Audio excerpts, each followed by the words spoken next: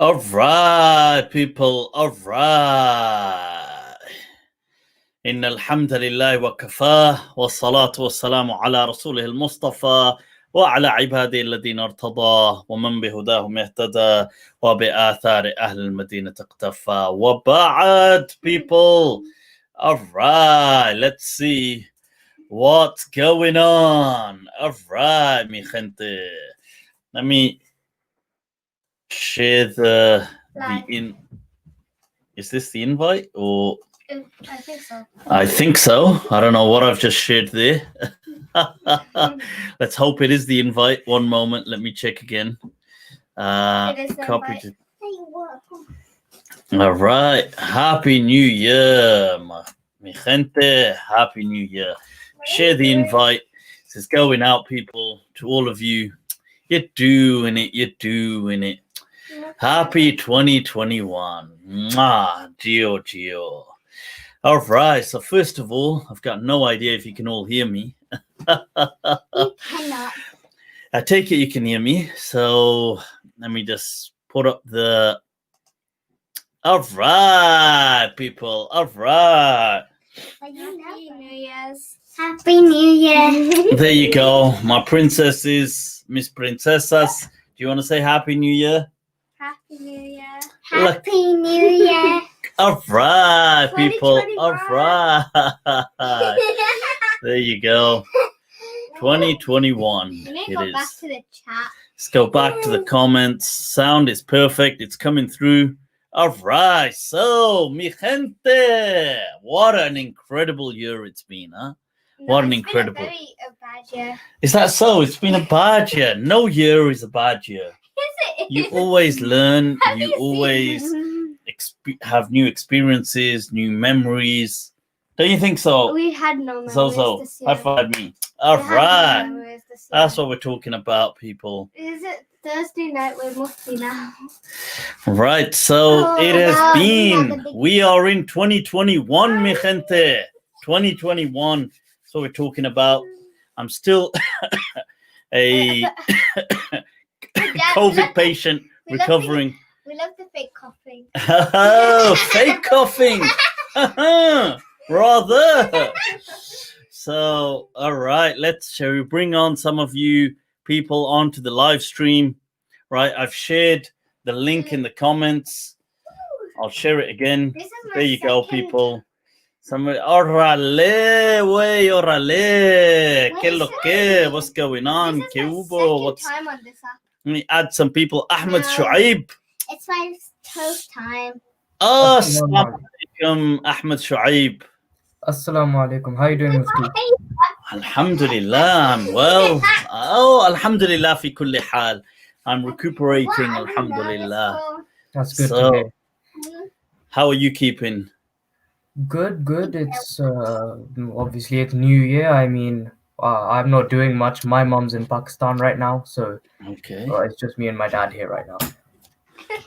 Yeah, you can't hear Zozo, but yeah, so, all right, well, Happy New Year, and I hope, inshallah, this year, may Allah shower us with infinite blessings. I mean, You need to make how dua are for me, Mufti. I have mock exams in 1 month. well, with the lockdown, I don't know if is that gonna still go ahead? Yeah, they made school start later. It was going to start on the 5th. Now it's starting on the 11th. So they moved the exams back. Don't worry, you'll fly through it, man. You'll fly through. That's the spirit. You know what I'm saying? What Yeah. is the exam in? It's GCSE, so it's like 10 different subjects. Yeah, 10 GCSEs. You'll fly through. What are GCSEs, man? Yaar, kya baat karte ho, yaar? GCSEs. ठीक है, inshallah. Yeah. So, I was wondering about if I could ask you a question. go on, go for it. What's the question? I was actually I was wondering about your idea on miracles, and I have a hard time understanding it because I find it quite unreasonable. So basically, I was just, don't you think that if if Allah says like biyadihil mulk, in his hand is the entire dominion, wouldn't it make sense that he would be able to he would be able to change the laws. And you say there's sunnatullah, but every time that I've said where it says sunnatullah, it kind of talks about, you know, the reward and the punishment he gives to prophets rather than the natural laws. Yeah, so you see, there's a obviously I won't do justice to this question right here. I have got a detailed video on how to approach stories in the Quran, and I think it's titled the Queen of Sheba. But so people can watch that for a detailed response. But you see, the question is this: that what is the purpose? You see, you've got your question is valid, but you've got the whole topic on its head, because the real question is, what is the purpose of a miracle? I can propose a purpose. What is the purpose? Okay, so you would have to understand, well, you obviously do understand the whole dynamic, right? So God sends a prophet, and the prophet, like, he goes to the nation and he proves God, right? And if they deny him, then they get punished, right? This is what happens. Sure, but what's the purpose of the miracle? The purpose of the miracle is so that the punishment is worthy on that nation. Because if I show you a miracle, if they've had the patience and then they deny, then the only reason for their denying, it wouldn't be because of some logical misunderstanding. It would be because of arrogance. But the ocean or the sea splitting can happen within within normal realms. It doesn't need to be supernatural. Sure, it doesn't have to be supernatural, but the argument to say that it wouldn't be supernatural. Let's take Musa alayhi salam mistake, for example. Fir'aun, like Allah says, he showed him 9 signs, and in Surah Naziat it talks about the snake as being the biggest sign, right? So, but you've gone off topic there, because you were supposed to explain what the purpose of doing a miracle was. The purpose of the miracle is so that the nation can have God prove to them to such an extent. It's called Itmamul Hujjah, right? Let's take that. So it's a proof for the sign of God.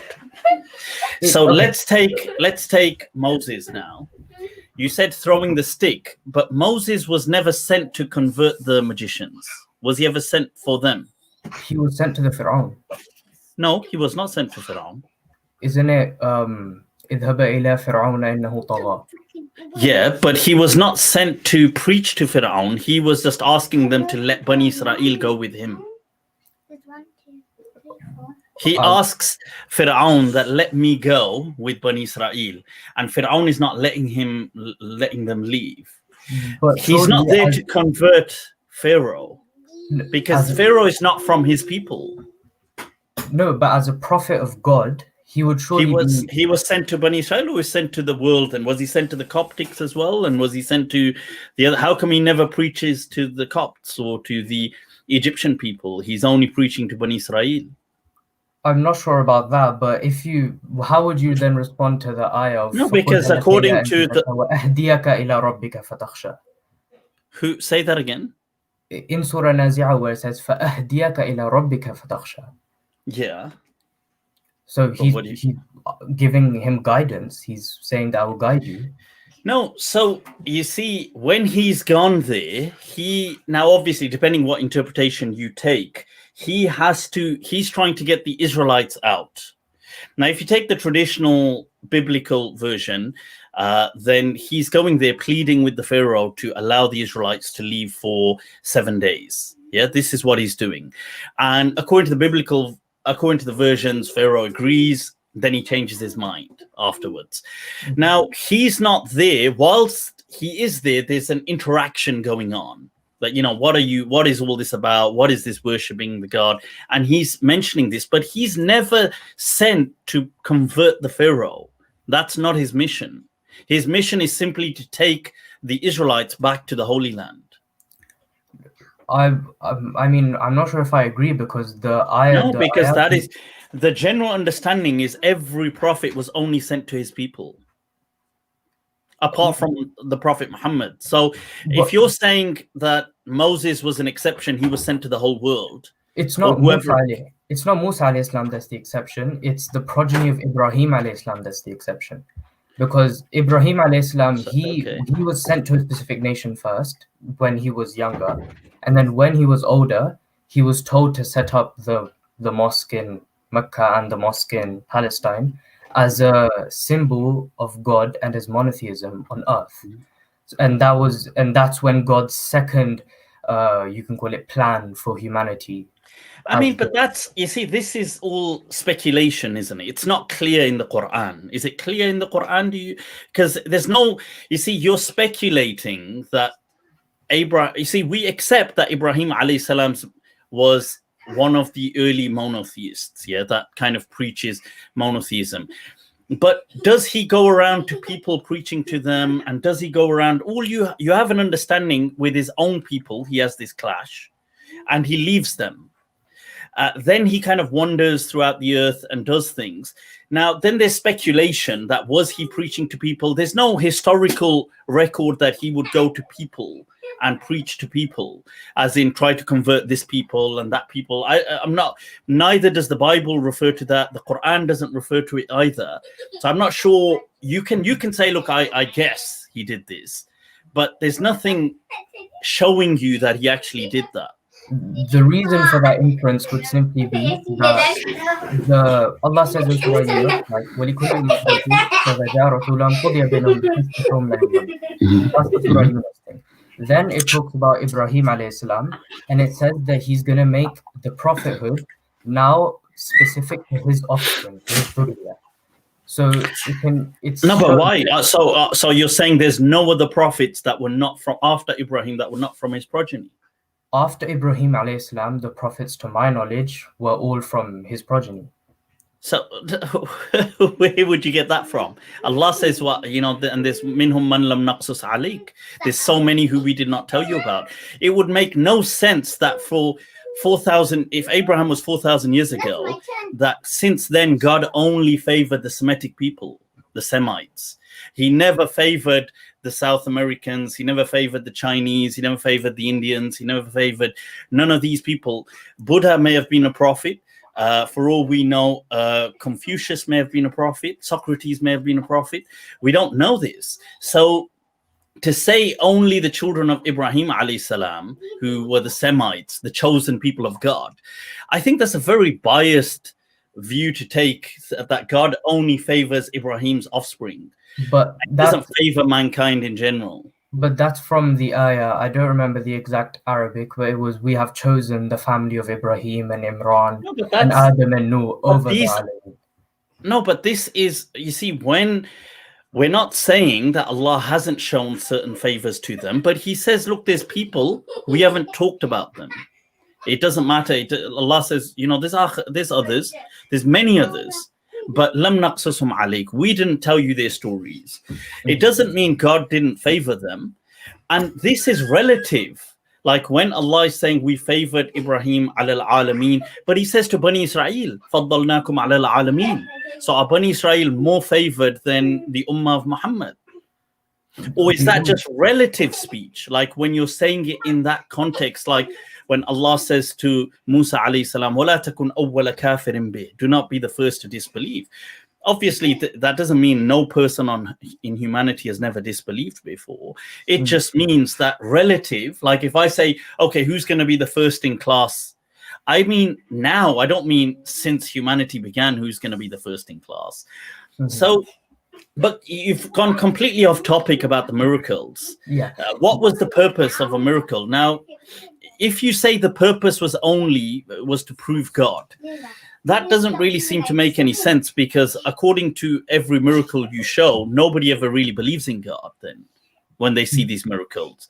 So what is the purpose of these? And if you say that God has done them to some people, but he will never repeat them again, like why won't he repeat them now? Okay.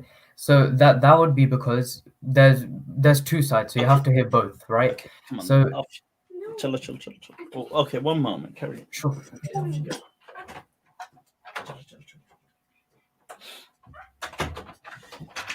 Yeah.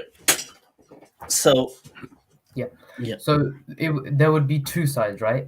So you're basically saying that why don't we get any miracles, right? No, I'm not saying that. You see, you've still not established the reason for a miracle, because Yeah, you're saying the reason is to believe in God, but then that's a poor reason if it never works. Like, show me one time it's actually worked then, because you're saying every time the miracles were shown, people disbelieved. So it's really just a signal to say, now I can punish you, which doesn't make any sense either, because it's like saying, well, how is it faith if do you see where I'm coming from? Like, it's because this is the sunnah of God, right? So I'll try and explain it. no, It's you just need to answer that simply by saying, look, what is the purpose? Right. So God, He's set this entire world, right? No, And just straight to the point. Yeah. What is So the purpose? There's some specific nations which He sent. No, get straight to the point. What is the purpose of a miracle? We don't need a backdrop. We all know, we're all Muslims. We all know how this works. Tell me, what is the purpose of a miracle? The purpose of the miracle is for God to prove upon the nation that the only reason that you are denying me is because of arrogance and stubbornness. That's the purpose of a miracle. So let me get this right. The purpose of a miracle is to show the people you failed. Okay, now this is where the backdrop. This is where the backdrop. No, we don't need a backdrop. We don't need a backdrop. We just need a purpose. Just explain: is there a reason why God is showing a miracle? We just need a reason. One simple reason. It's to establish the court of God on earth for a certain people with justice, so that they can. No. You see, you're just saying words that are like sound nice but carry no meaning. Like to say, look, it's to establish the majesty of the Lord and over His dominion and so on and so forth. What does that mean? What does that? Okay. The purpose of a miracle is no people have ever believed in it. So either God doesn't know that or He knows that. So He does so His purpose is either failing every single time, or His purpose is, I want to do it and I want people to disbelieve in it. You didn't let me say the last sentence. Is so that they can become an example for the rest of humanity. So basically, So you see, look, if you're going to say an example, they're only going to be a story. That's all that they're going to be, isn't it? So it's going to be a story. It's not going to be physical proof. So when you say an example, it's only a story. So I say to you, hey, do you know 2,000 years ago this happened one day? So you're going to naturally say, well, I don't really believe that it happened. I'm 50. Because it's just a story, isn't it? It's not physical proof. It's because if those people saw the actual proof and didn't believe, why would people later on by hearing the story believe? That isn't, that's. First of all, I'm not sure if not everyone disbelieved in it. I'm sure some people did believe in the miracles. Such as what miracles? The magicians to Musa alayhi salam. Right, now there's a difference of opinion on what happens there. First of all, Moses was not even sent to those magicians to believe, to start off with. So that the miracle for them is useless. You could say the miracle was for Bani Israel. To say the miracle was for non-Bani Israel, who are not even His people, right? It goes against the purpose of what you said. The reason was to prove to the people that the prophet is sent to. There's no point the prophet, there being a miracle in Arabia and some people in Beijing start believing.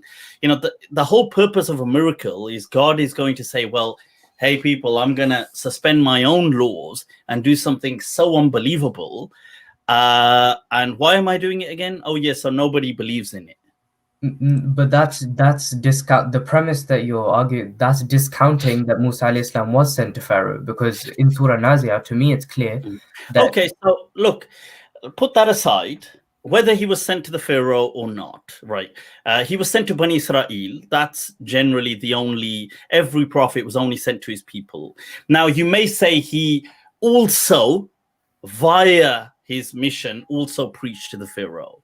But that, whether he preaches to the Pharaoh or not, is not the purpose here. The purpose is, what is the point of a miracle? Because the Pharaoh doesn't accept it. No, the Bani Israel don't accept it. You can switch from prophets. Okay, what is the mission? What is the miracle of the Prophet Muhammad sallallahu alaihi wasallam? Okay, so the miracle of the Prophet Muhammad sallallahu alaihi wasallam would simply be the Quran. No, that's not supernatural. You need to show something supernatural. How is that not supernatural? How is it not? It's within the cosmos, isn't it? It's within the laws of nature. What is the supernatural element? Is it possible for a human being who's lived in a people, Ummiyin, for 40 years, never touched poetry, and then for 23 years straight, he says verses which are philosophical, and his philosophy doesn't change in 23 years? Okay, so if that's the case, then why did it not strike the Arabs? It did strike the Arabs, did it not? No, for 13 years around the Prophet, the people didn't embrace Islam. And that was the most poetic surahs of the Quran, and Makki surahs. They weren't so mesmerized to become Muslims.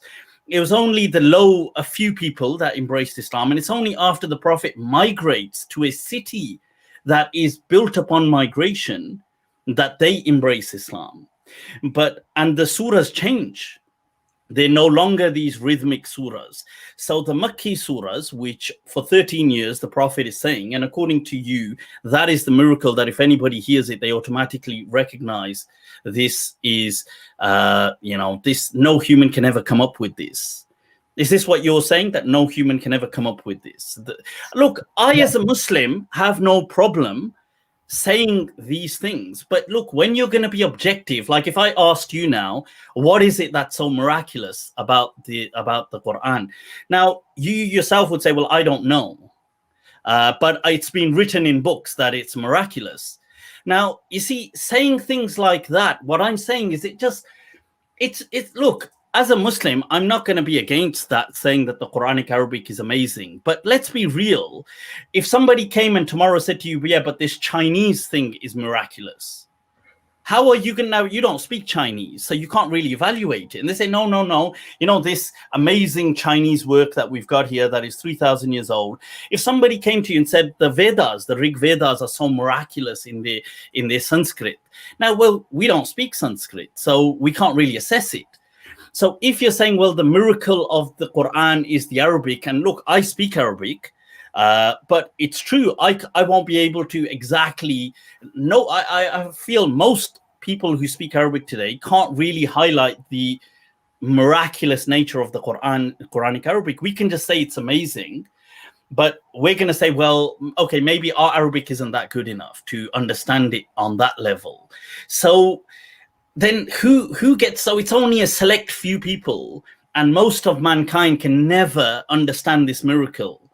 So I think what you're saying, look, it sounds nice. That's one side. I'm not against it sounding nice, but when you're going to go out there and preach to people, you got to preach objectively. So God is everybody's God. He's not just the God of the Arabs. And to say that, look, well, there's something, this is such a supernatural miracle. People are going to ask you to qualify it. How do you qualify the Quranic text being a supernatural miracle? You're going to say, well, I for one don't even understand Arabic. So I'm just blindly following what other people have said. And you could say, well, look, I do understand Arabic, and I can say the Quran is amazing. It is, but I can't demonstrate a supernatural element to it. And well, I could say, well, that's maybe because I lack in such high Arabic of the ancients. But then so does everybody on the globe today. Nobody really understands it to that, let's say, that high Arabic of the ancients. We don't. So I feel that the argument, it's not a universal argument. That's one side of the coin. I didn't just say that it just sounds nice. It's also the aspect of what the contents of the book. Like I know I can understand perhaps 70% of the Arabic in the Quran. I'm still learning. Sure. But the contents of the book, a philosophical question will take 1,000 years to answer by humans. The Quran answers it in 1 second, in one sentence. Like what?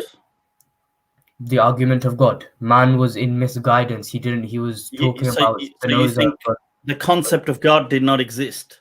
before The Islam? concept of God did exist, but for a person like me, So go on, then given- explain the thing that you say you know that was so supernaturally explained in the Quran that men could not come up with for 1,000 years. it's What not was about supernatural, it's about clarity and like the what? Like what? okay, so God will say a simple You thing. see, look, Like, let me tell you something. Look, listen, Ahmed, I don't like to have this conversation. You know why? Because this conversation is going to make it look like I'm talking down to the whole topic. No, it is. But the truth is, you're talking way out of your depth, because what you're saying, you know, you can't provide a single example. I know as a fact you can't provide a single example, right? Because there's nothing you can say. I know, look, but this is, I don't want to be that person that pins that down, because you're obviously saying magnificent things about the Quran, and I like it obviously as a Muslim, but they're not scientific, they're not objective statements that one can make. They're just subjective, like I feel this is amazing, I feel this is wow, it creates such a feeling and emotion, and I'm with you. But to say that that is a supernatural miracle, why? Because it tackles philosophies that mankind has never come up with.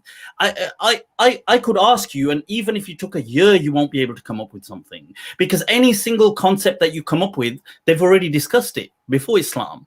It's been discussed. It's nothing that, you know, the Quran did not come up with new concepts.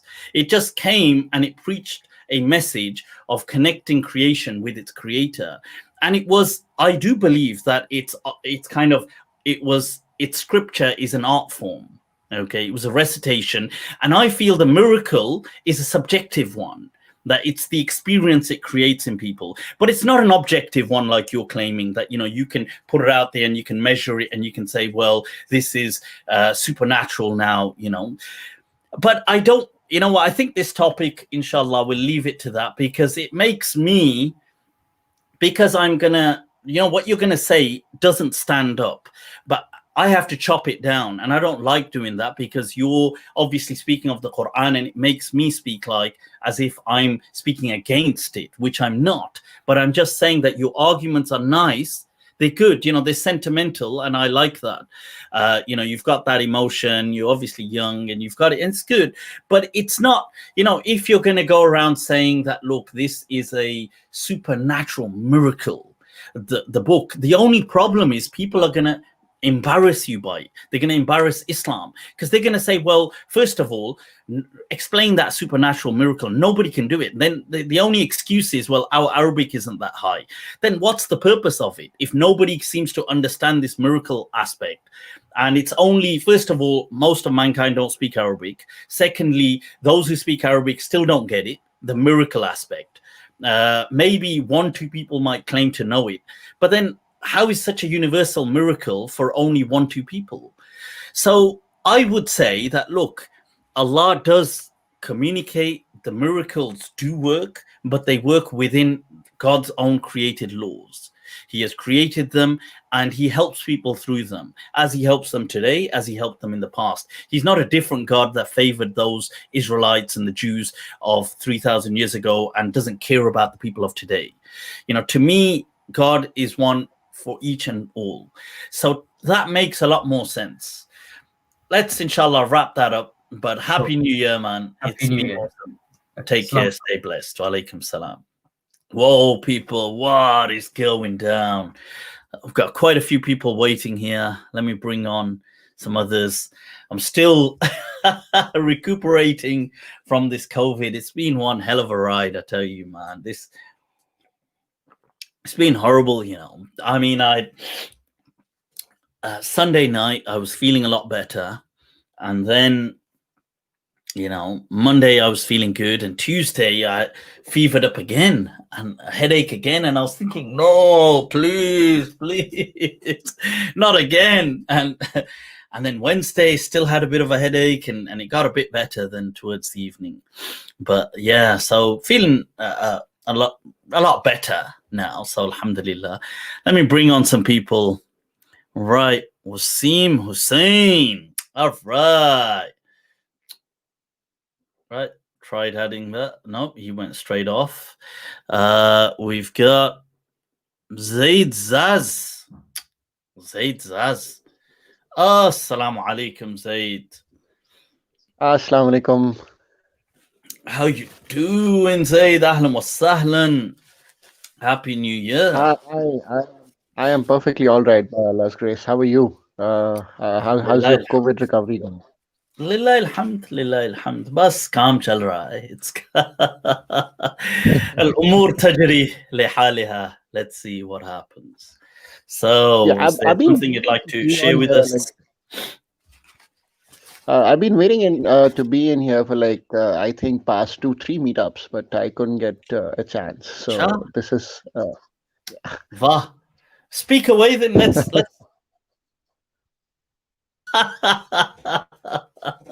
So what's going on? How can we help? What share your thoughts or questions or comment? No, I wanted your word on all this online toxicity that is going on with all these ex-Muslims and Islamophobes coming on together, attacking Islam, and then that whole episode with Armin wherein he tried to go out of his domain and tickle the whole Hindutva mob that basically cheers them all along, and then seeing how it actually backfired, and now there are lots of ex-Muslims who are now turned on against people like Abdullah Samir and others out there. Do you think that it's just that there's this feedback loop going on there, wherein these ex-Muslims are providing to these Hindutva fanatics what they like to hear, and then they're providing a feedback by sort of I mean, it's interesting because you see, I do feel that some of these people are genuine in their cause. I mean, I don't know if all are, but I do feel some definitely are genuine. But then it's interesting that some of them, they do play to certain religions. It's like how Apis was kind of teaming up with Christian fanatics like David Wood just to go against Muslims, which is quite bizarre when you think about it, because Christianity is, I would say, is much more bizarre than if you can pick holes, let's say with Islam as ex-Muslims are trying to do, you'd find many greater holes to pick with Christianity. So it seems to be a bias that some of them are just very anti-Muslim, and then that rage has blinded them so they're happy, like the enemy of my enemy is my friend, that kind of theory. Right. Well, anybody who hates Muslims, they seem to get on with. So you're right. So some of them start to get a lot of right-wing Hindu fascist supporters that support them just because they also bash on Muslims. So yeah, that is weird. But I have seen some of them then criticize those people as well and get a lot of hate for it. And some people get surprised. Why are you criticizing, for example, Hinduism or this? You're an ex-Muslim, you ought to just criticize Islam. But yeah, if that's what you mean, I definitely agree. There is, I feel, a bias with a lot of them, a prejudice. Yeah. But do you think there could be some other deeper reasons to it? For example, if you look at generally this ex-Muslim crowd, they seem to be from some countries wherein there are quite authoritarian regimes. For example, people from Iran, for example, let's say. So, do you think that this kind of authoritarianism, wherein certain hardline aspects of religious thought are imposed on people, and then they get disenfranchised with religion, and then these things happen? Yeah, I mean, there is a lot. Obviously, Islam is misrepresented. There's a lot of there's that kind of mob mentality, mullah mentality. Whoa, all right, we lost. Oh no, it's back. So yep, so I do feel that. Zaid, you there? You lost. All right, I think we've lost him. Okay, cool. I think we lost him. So Not to worry. It's a good question.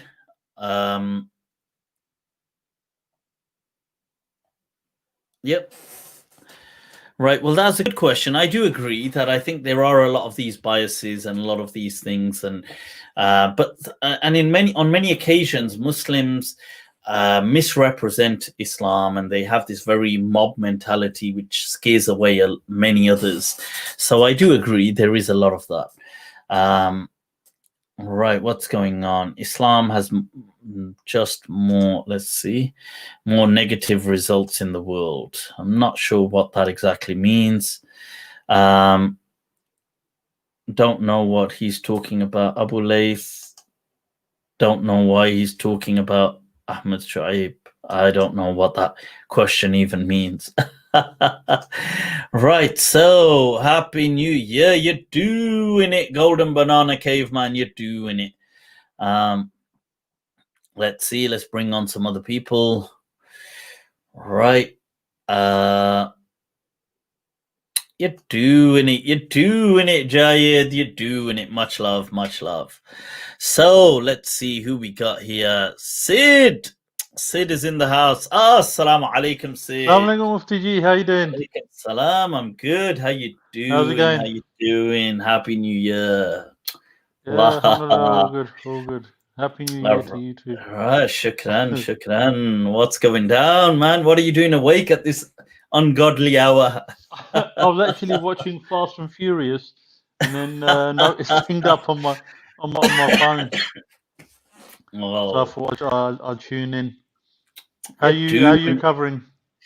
Yeah, alhamdulillah. It's been a very interesting couple of weeks, man. Alhamdulillah. I'm kind of recovering well now, but it's been interesting. Had me out for the count, I'm not gonna lie. I was out. It's all fun and games. That's proper Neanderthal mode. I was like, Yeah. How you been keeping? Yeah, alhamdulillah, all good, all good. Can't complain. Awesome There was something stuff. I was gonna ask you about. Sure, there's go for there's it. a lot of aspects in Islam which are stuck in classical Islam, Okay. and it's going to take somebody like yourself to actually bring us out of the dark ages, because it's I was in Pakistan recently, and when I listen to you, and I go back and I listen to it in some of the mosques in the khutbahs and everything, it's literally like going into the dark ages, and I can understand it for, like, for example, for Pakistan and the subcontinent, for it to be like that, but for the West, it's completely out of sync.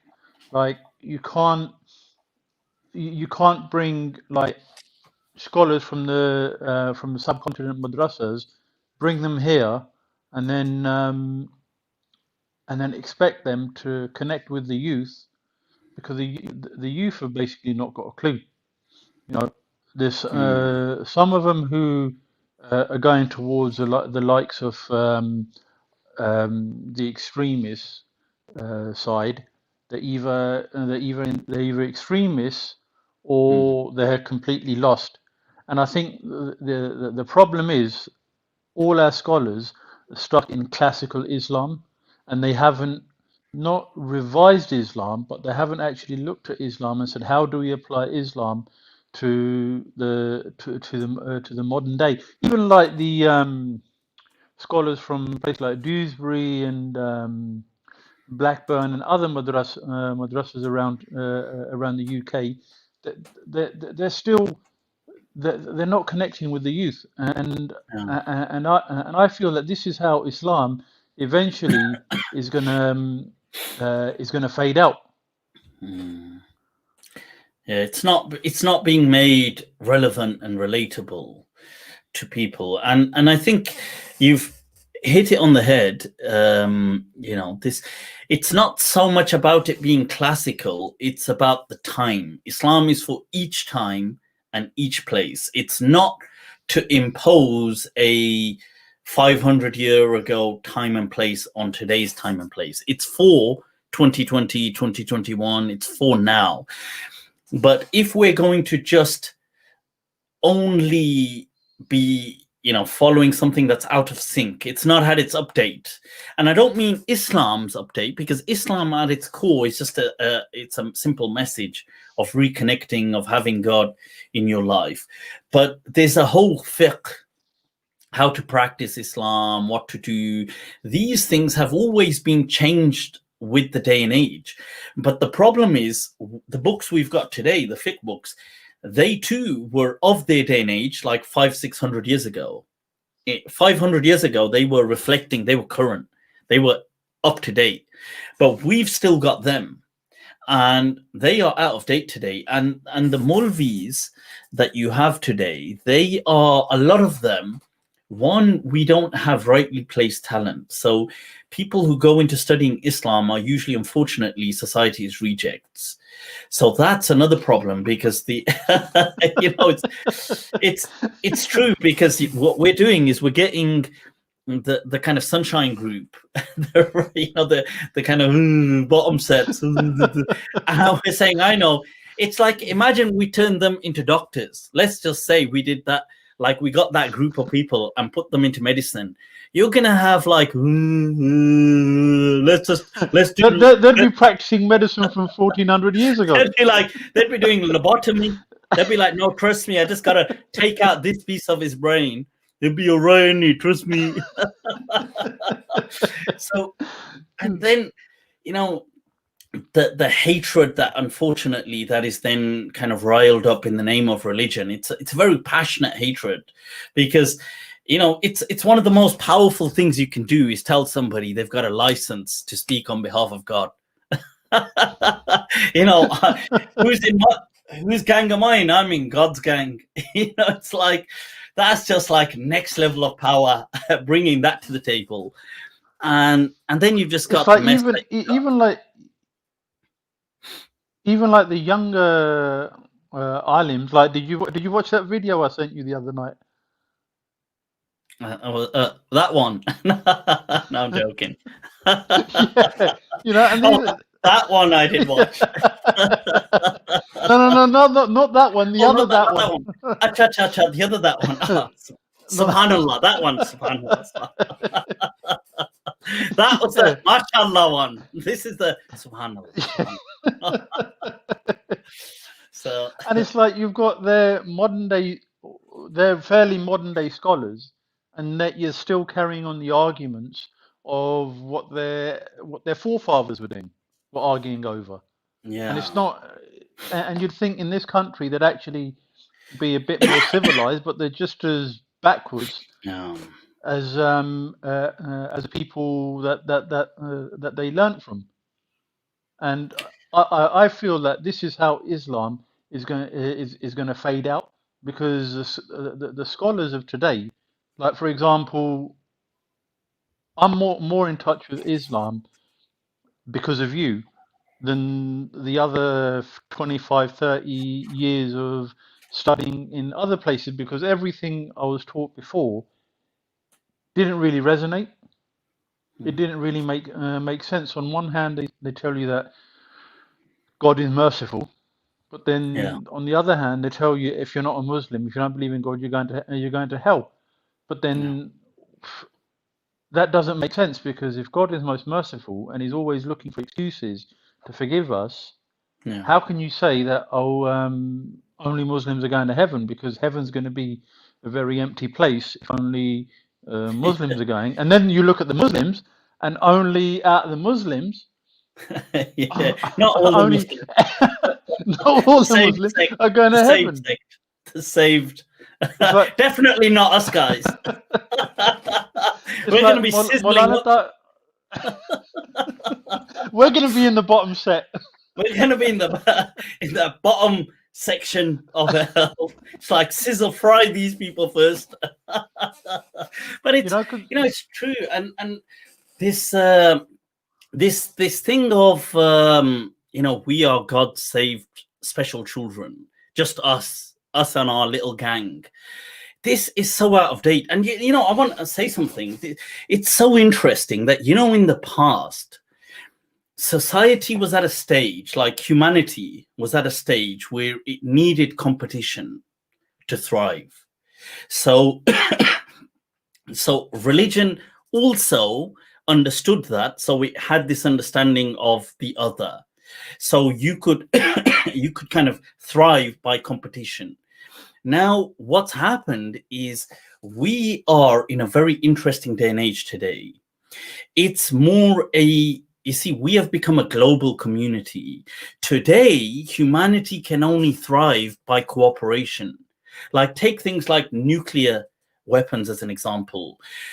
Take the fact that global economy, and the way travel has been kind of like structured, the way bureaucracy.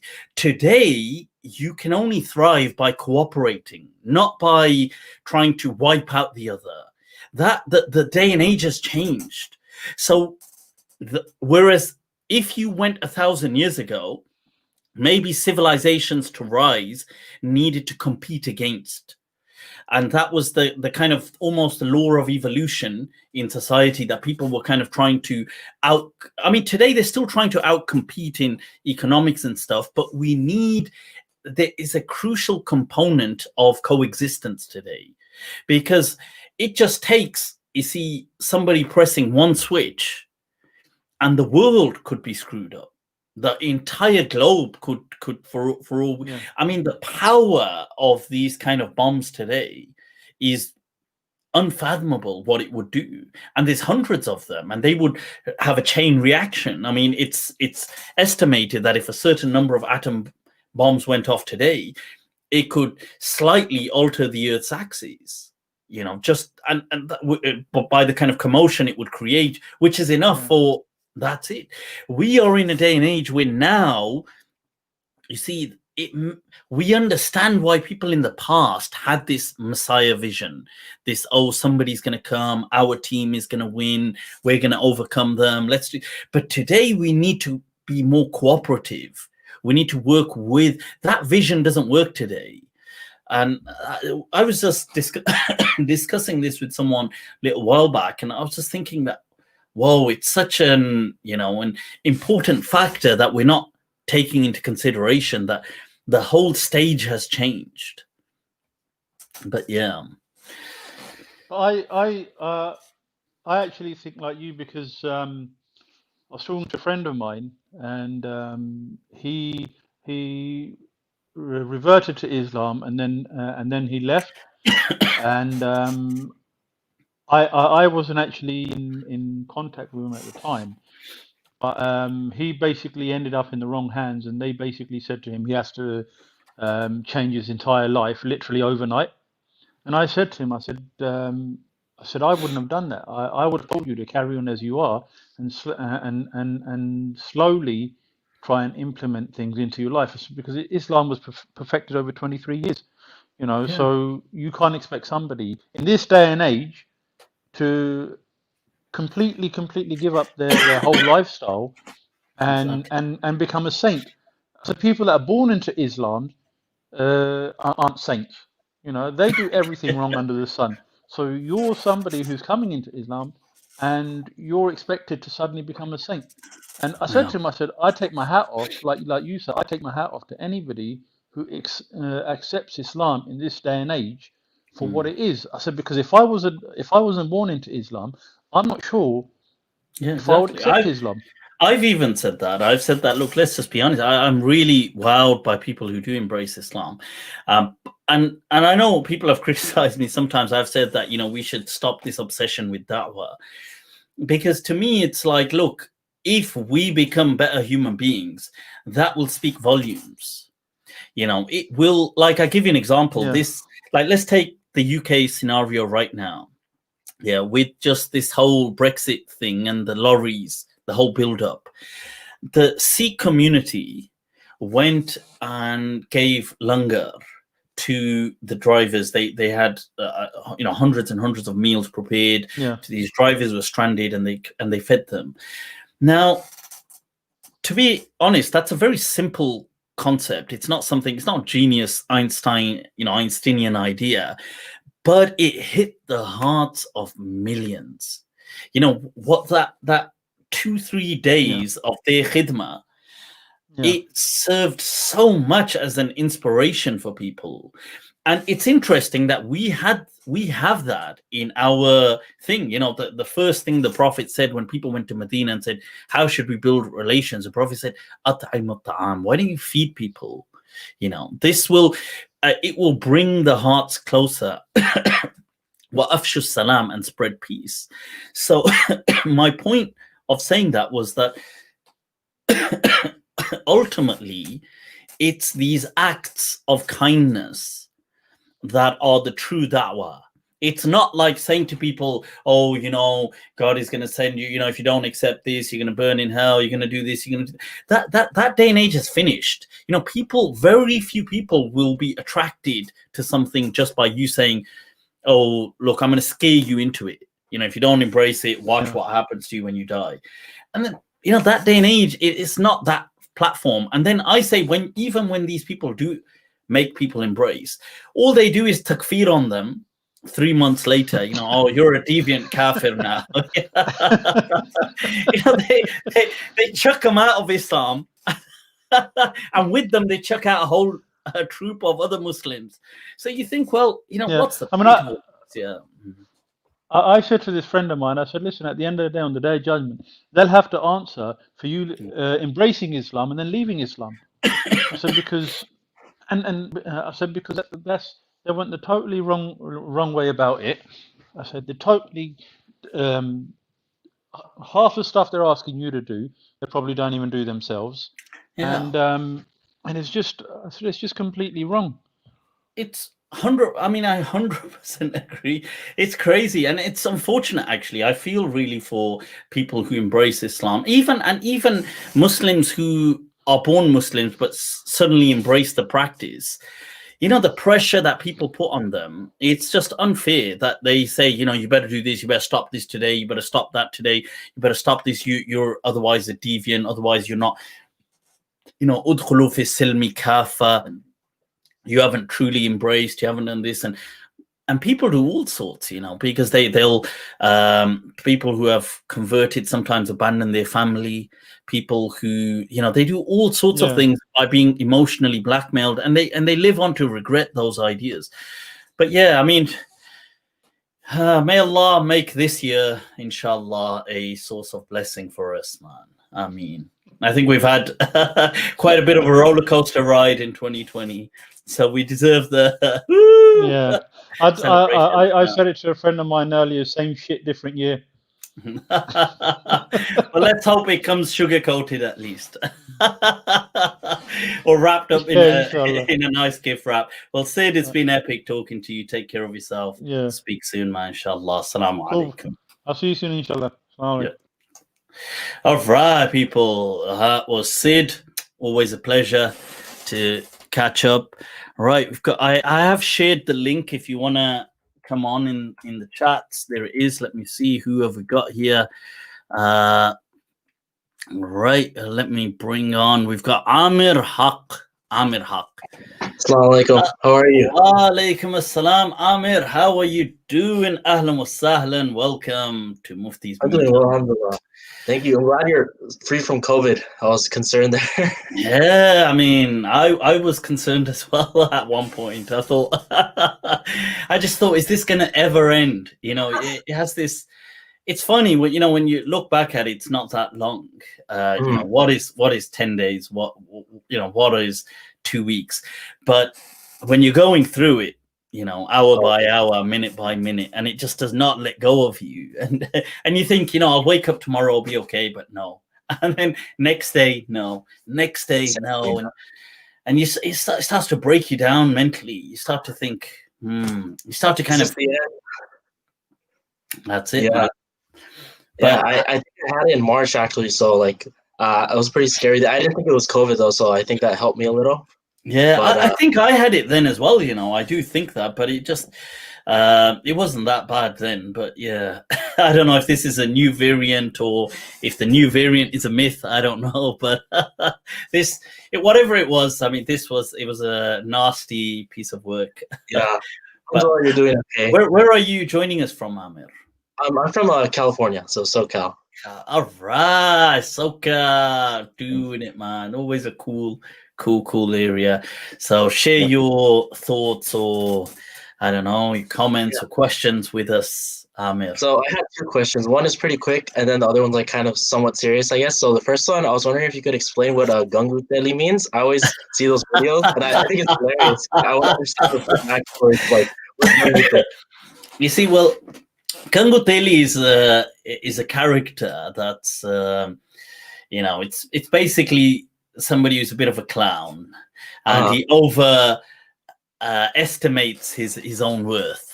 So that it's a character, but the reason I had kind of given it to Fariduddin is because I had said that you have but one, because obviously it suits his personality for being the clown he is and overestimating his worth, but two, because you had Baba Fariduddin and you have who are actual kind of, you have these saint figures, Ganje Shakar, and you have those. And I said, well, I can't remember. I think somebody once said, oh, Baba Fariduddin.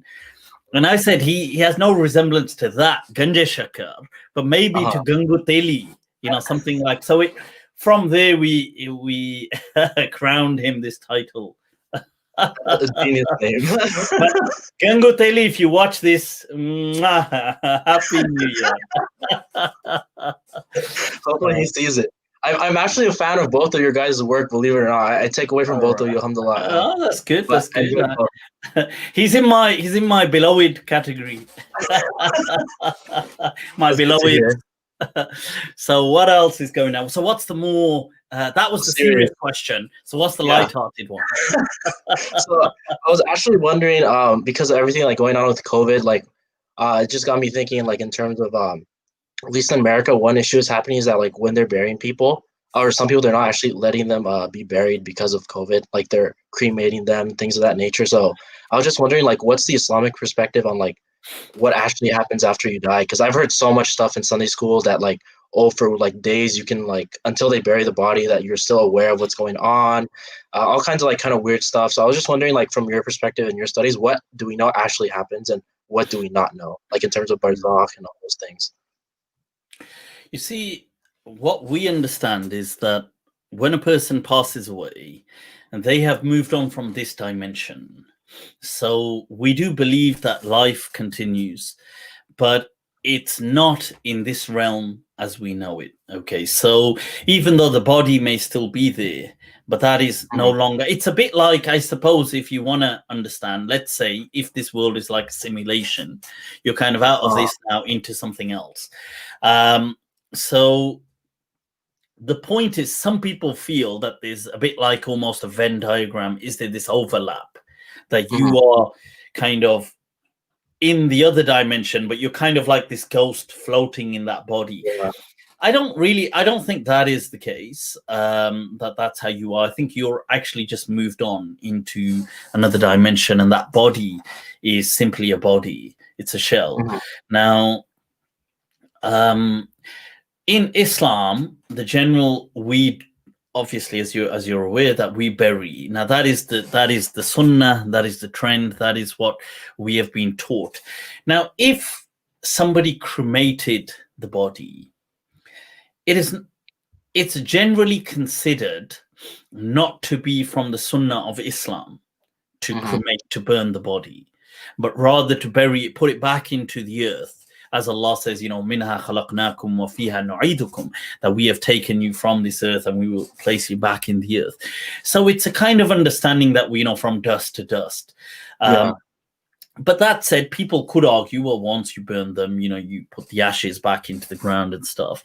And, they could argue that, look, well, the insects and everything just eat it up anyway. So what's the difference? Now, my understanding is there's nothing explicit addressing cremation like this. Somebody could use the hadith that لا يعذب بالنار إلا رب النار, that none punish with fire except the Lord of fire. But then this is not a punishment. You know, when people are cremating, they're not punishing the person. So that I don't feel is a befitting example. People might use the argument, oh, well, God has sent fire to punish people in the past, in some stories in the Quran and stuff. But once again, one could argue that, look, this is not that scenario. You're not doing it as a punishment, and the person is already dead. So what I would simply state is that it is not from the Sunnah of Islam to cremate. Okay, the Sunnah of Islam is to bury. We bury, and that also gives us a sense of a kind of anchor point for generations that come after. They kind of come there, and this here lies the relics of so and so, and you know, it gives that kind of emotional attachment as well, a reminder for those who went after. But if a person was cremated, let's say they were, that has no bearing on that person's existential reality. It doesn't mean in the barzakh he's getting punished or something. No, and in fact, there's a very famous hadith that the person asks his children to cremate him. And he says because he's worried, and scatter his ashes far and wide. And in that hadith, he's a person who has salvation. You know, he's saved and he's blissful, and Allah forgives him for everything in that particular hadith scenario. So it doesn't have a bearing on that person, but it is not from the Sunnah, I would argue, of Islam. Now, people would say it is haram. I mean, once again, to me, I don't know whether I would say it's haram, but I would definitely agree that it is discouraged and not from the Sunnah of Islam. If there was a medical reason to do it, I don't think COVID is a strong enough reason really now that we know a lot more about COVID. Maybe when it first began and people were like, oh my God, how, you know, is it like Ebola? Is it like what? Is it just a death sentence? Is it now we know that it's not a death sentence? But at that point, people were worried, so they wanted to cremate the bodies. Fair enough. If there's a medical reason to do it, I feel that's extenuating circumstances. Otherwise, it is discouraged and it goes against the Sunnah of Islam. But it doesn't have any bearing on the deceased. So it doesn't mean the deceased person will now go to hell because you cremated his body. You know, that's not the case. But cool. I hope that helps. Yeah, definitely. Amir. Appreciate your time. You're doing it, man. Much love for tuning in from SoCal. You're doing it. Take care. Assalamu alaikum. All right, people. There you go. That was some interesting and serious and light-hearted questions as well. My brother Kali. All right. What does this say? Mufti. Milad gang, I embraced Islam. I embraced Islam, but really it was Sunni ideology and I was so depressed. I feel sorry for you. I hope that, inshallah, you've now found some peace of mind. You know, it's not Islam. Islam is beautiful. The teachings of Islam are really something to just give you that gift of God in your life. The deen should never be an impediment. It should always be a strength in your life. If the deen is an impediment, you need to question what's going on. I was just thinking, you know, when I was going through this whole COVID thing, I can't remember, you know, somebody asked me and I responded, and it's amazing in Islam. Just think about it, this notion we have that alhamdulillahi ala kulli hal. You know, it is, you know, if you just for a moment pause and just think about that, you know, that even beginning with this phrase, you know, lillahi alhamd, that Allah be praised upon every state, you know, it is a kind of strength that we derive from it to keep going. And, you know, people ask me, oh, you know, you're ill. Many of you may have been ill, or maybe many of your loved ones. And I genuinely say, oh, you know, it's an interesting experience. It was interesting, obviously, it wasn't pleasant, but it was interesting. And it's this thing that we carry with us, that, alhamdulillahi ala kulli hal. That, we fall back on God. And I think that is something that no matter what atheists say, they can say whatever they want. But, this is something that unquestionably that any person, who is truthful would only state that it is an enviable position to have. That this source of strength, this narrative, even if to them it's meaningless, like it's not true to them, to us we do believe in it. But it is unquestionable that it is a nourishment of vigor to really keep going, and energy. So I would say that if the deen is something that is really making you suffer, you need to question that interpretation. Right, let's bring on some guests we've got here. What's going on? Who have we got here? We've got Shadaman Shan. All right. Shadaman Shan. Assalamu alaikum wa ahlan wa sahlan. Assalamu alaikum, Mufti. All right. Where are you joining us from, Shadaman? You're doing it. In Toronto, Canada. You're doing it, man. The Toronto crew. All right. People get really agitated when I do that. They go, "Oh, the devil." So I do it even more. How are you keeping, Shadman? Yeah, I'm doing fine. I hope you're fine with your COVID situation. My dad's sister, as a matter of fact, she also caught it like last week, right? And then I had an uncle as well that actually caught it as well. So, the times are obviously difficult. It's not easy. It's not an easy time. I hope you're well. Shukran, man. I appreciate your concern, Shadman. All right. Well, share a thought or a comment or a question with us since we've got you here. Is there something you'd like to share, or just your New Year's resolution? A New Year's resolution would definitely be to read more often. Get down to a bit more. Get some books down. But that's the main thing. I mean, I have two questions, if you don't mind me asking. It would be awesome. Go for it, man. That'd be awesome. Go for it, man. Go for it. Yeah, so when the Quran speaks about this ruh, right? When it says فَنَفَخْنَا فِيهِ مِنْ رُوحِنَا, right? In Surah Al-Tahrim and stuff, when Allah says we blew into Maryam alayhi salam from our spirit, right? Oh, from Maryam. And then exactly, and then we have transmissions from the early Salaf. We have there's in Surah 17, Surah Al-Bani Israel, verse 85, where it speaks about when it says وَيَسْأَلُونَكَ عَنِ الرُّوحِ قُلِ الرُّوحُ مِنْ أَمْرِ رَبِّي, right? That it is and then قُلِ الرُّوحُ مِنْ أَمْرِ وَمَا أُوتِيتُم مِنَ الْعِلْمِ إِلَّا قَلِيلًا, right? When it says that this is a creation of God, that which mankind has been given the knowledge of, right? So I just want to know, when the Quran says that we blew into Maryam from our spirit, and then we have in the Kitab al-Kafi from a Shia book, you'll find the transmission from Ja'far as-Sadiq alayhi salam, Imam Ja'far as-Sadiq, where he says that the ruh is a creation of God. That was something which Isa alayhi salam was born off of, right? The spirit, this creation, right? So I want to know what are your thoughts on the spirit when the Quran speaks about this ruh that we blew into Maryam from our ruh. And my other question would be, that's my first question. If you could just quickly clarify on that, that'd be awesome. Yeah, go for it. Sure. Were you about to say the second question? Oh, no, go for it. You could answer this. I'll ask you the second question right after. All right, sure. So, I mean,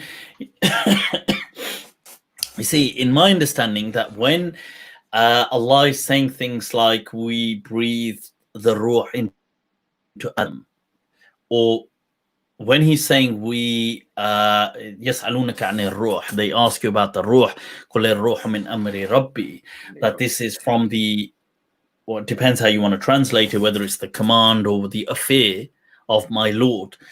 Now, ruh, in the way I understand it, is referring to consciousness. Now, when it's speaking about Maryam alayhi salam, here this in the way I've understood that is more figurative speech about trying to say that that it's giving it that whole this kind of about the special status of Jesus. It's symbolic for that. So it's not everywhere the word ruh is being used is it referring to consciousness or the soul. As people would say the soul, I would refer to it as consciousness. Okay. And yeah, I just want to know. And it is very complicated. Like, so when it is, the Quran it is, doesn't it is, answer it, because exactly, even today, consciousness is something that still, we don't understand what consciousness is. Yeah. Yeah. No. Yeah. It's very interesting. The second question I'll have is, when the Quran says "Innama al-Masih," right? Isa ibn Maryam Rasulullah wa kalimatuhu alqaha ila Maryam, right? When it says, "Indeed, Jesus, the son of Mary, is the Messiah and the messenger of God," right? I don't understand. Okay, look, I'm mainly into Judeo-Christian. That's my main, like, I'm into apologetics and stuff. Christianity, Judaism, Islam. That's my main thing. So I don't understand the purpose. Like, what does the term Masih mean in our Islamic tradition? Because if you take a look at the Jewish understanding of Messiah, is that the Jews expected a Messiah, the Yahudis expected a Messiah to come to rebuild the kingdom of David, right, and to, I guess, guide the Bani Israel, right. And in the Nasara interpretation is that it's supposed to be a suffering Messiah, as you see in Isaiah 53 and Psalms 22. Isaiah 53, by the way, you're doing it, Shadman. You're doing it. Isaiah, Jeremiah, the book of, you're doing it. I like it. So in Isaiah, by the way, Isaiah 53 is also a forbidden passage in Israel. That the Jewish rabbis have covered that up completely, because it is supposed to be a Mashiach prophecy. But so they believe it's a suffering Messiah, a Messiah that would come to die for us. That's a Christian understanding. So I want to know what is this Muslim understanding of the word al-Masih? What's the... So it's very similar to the original meaning as well, which is in the Bible. The anointed one. The anointed. So what it's to do with, in essence, is to wipe over, and that was the kind of baptism what Jesus received from Saint John, from Yahya. They say he was kind of anointed and wiped over. So this Masih, to do masah, it comes from. That's what it simply means.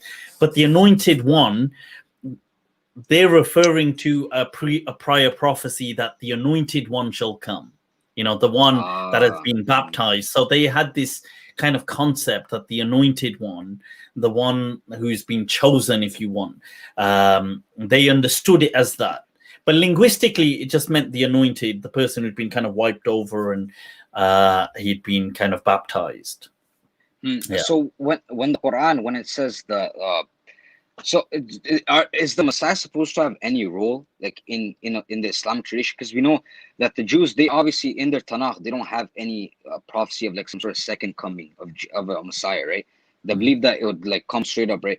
And if you take a look at this is what I mean when you speak about the Dajjal and stuff like that, right? I am aligned with you when it speaks about how the word Dajjal is referring to any sort of deceiver, and it's very interesting. Dajjal could be some sort of, it's been in 2 Thessalonians, which is like a pseudepigraphic sort of a letter of Paul. This word, this Antichrist, comes from there, and I'm guessing the Islamic interpretation did come from the 2 Thessalonians, from the Pauline epistles. So I know it more or less is not some sort of Islamic understanding. So when this is the Messiah, is he supposed to have some sort of particular role? Because we know, if we do, I know you don't believe in second coming. Do you mean when he came, when Jesus was with when he when he was with his Hawariyun or whatnot, or in his second what was his role? Yeah, so what was the purpose of a Messiah to come after, in the Islamic interpretation, because the Jews, they expected one to come after, or to come after. The second coming. The second coming. Yeah, exactly. Yeah. Okay. What those who believe in the second coming? Why do they believe in the second coming? Is that what is the purpose of the Messiah? Is that the question? Yeah, because that's the thing for me, right? I believe that. So those who believe that in a second coming, they believe that Jesus will come to kind of, you see, like they believe in a messianic vision, that there will be this great Armageddon, this great battle of good versus evil, and good will kind of conquer the whole world. We will have eternal peace, and there will be the kingdom of God established on earth. So to establish the kingdom of God on earth, they believe Jesus, who spoke of the kingdom of God, will come back and he will establish it.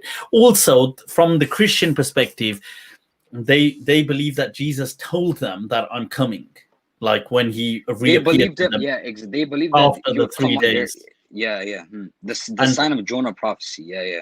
So they believe that, well, Jesus, that he will come back the way, you know, obviously in their lifetime, I suppose the fact that he disappeared, if people, you know, it made kind of sense to them that he will show up again suddenly. You know, he's got a master plan and he'll turn up, and then obviously after them it just became a vision for the future. But yes, you believe that, Go ahead, my bad. No, so that's it. So Muslims who do believe that's that's the why they believe in it, or the rationale behind it. And the Quran, it makes it quite clear, right? Inni mutawaffika, right? That Allah gave him death, right? It makes it, I know, it makes it quite clear one. I mean, there's nothing in the Quran that speaks of a second coming. If anything, it's inclined towards there not being a second coming, if anything. But people would, I suppose, people. I don't know how they try and they can interpret, but there's nothing in the Quran that I would feel objectively inclines that way. In fact, it inclines the other way. So the verse, like when Allah says to Jesus that, look, you know, did you tell them to do this, to worship you? And he says that, look, I don't even know about this. He says, all I know is that you know, I was with them on earth, and then you took me from them, and now I'm just coming to find out about this. So, but if that was the case, that Jesus had come back, and then he would have known that the Christians obviously worship him, and he ought to know this. Why is he acting so surprised on the Day of Judgment, saying like, I don't even know about this? So if anything, the Quran seems to argue the other way, but it just doesn't tackle the issue head on. It doesn't speak of a second coming. But but those who do believe in it, this is what they believe. Thank you. Perfect. Well, you're awesome. epic, man. Shadman, it's been great catching up with you. Take care of yourself. Thank you so much. You too. Thank you. Inshallah, salamullahi alaikum. All right, people. Well, that was interesting. Let's see who have we got here. We've got quite a few people. I have shared the link. All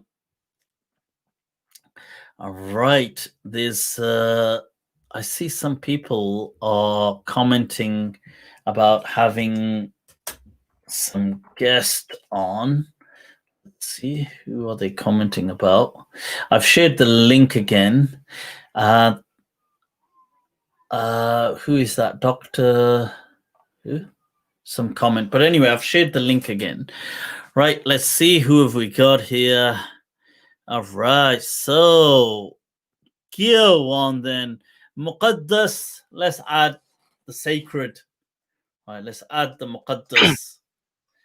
Assalamu alaikum, Muqaddas. How are you, my friend? I'm good, I'm good. Where are you joining us from? Oh, from Luton.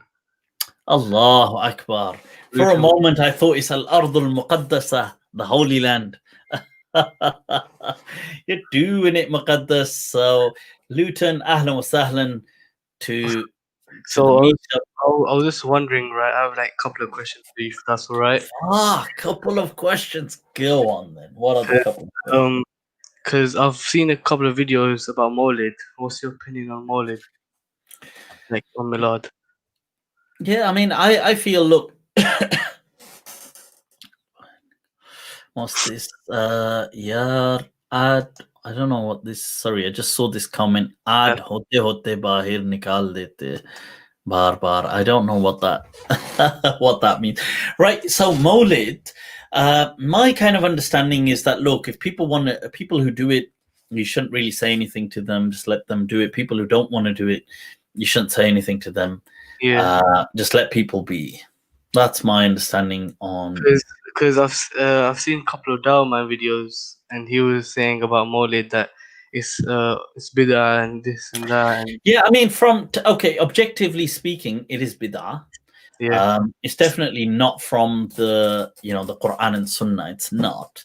I mean, there's no point pretending it is. But that said, if it helps people, they want to, it makes things easy for them. It kind of gives them an opportunity to say something nice, learn something. Then I think, yeah, sure. If it helps people and they want to do it, do it. Those who don't want to do it, don't do it. Oh, because what's it called? So is it permissible? Do you think it's allowed? I don't think it's forbidden or anything, but it's not. You see, when you say, is it? I would say it's ruling. Depends what you mean by it now. Like, if you mean the whole procession and the celebrations and stuff that people do. It depends. Do you not think bid'ah generally is considered discouraged? Yeah. So its ruling would be discouraged. Yeah. But if it's become the norm in a place where already, it's already the norm. Everybody already does it. Yeah. Then fine, you just kind of go with it, and because everybody does it anyway, and they're just benefiting from it, and they're not, doing anything. So as long as they're not doing something so disruptive. But if people weren't doing it, let's say there's a place where nobody really does it. I wouldn't say you introduce it. I would just say, just let people be. So that's my approach to Mawlid is a kind of hands-off approach that, look, people who do it, that's fine. Let them do it. People who don't do it, that's fine. Its technical ruling would be makruh, that it would be discouraged, because just in the sense that it's not an authentic behavior within Islam, but it's been so normalized that it's not sinful or anything if you do it. Okay, because I think if you agree, and we all agree, right, when the Prophet was born, everyone is happy. It's of course. So if you should what's it called? You should express your happiness. Do you not think? Sure. I mean, this is where I'm saying that. Look, it's not I'm not against Mawlid. I feel that it depends how people wanna. What do people want to do? What do they want to do? They want to do a demonstration in the streets. I mean, I personally, I would say, well, it depends on how much disruption these things cause. If it causes no disruption, if you want to go to a park and you want to have a festival, let's have a fair at the park, I'd say that's good, fine. Alhamdulillah, people want to do that.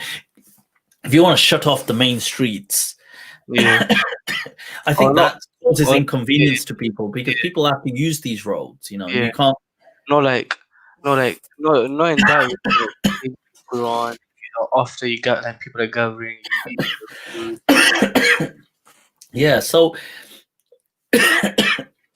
if people want to just at home recite the Quran and do stuff, it's all good. There's nothing. I'm not saying.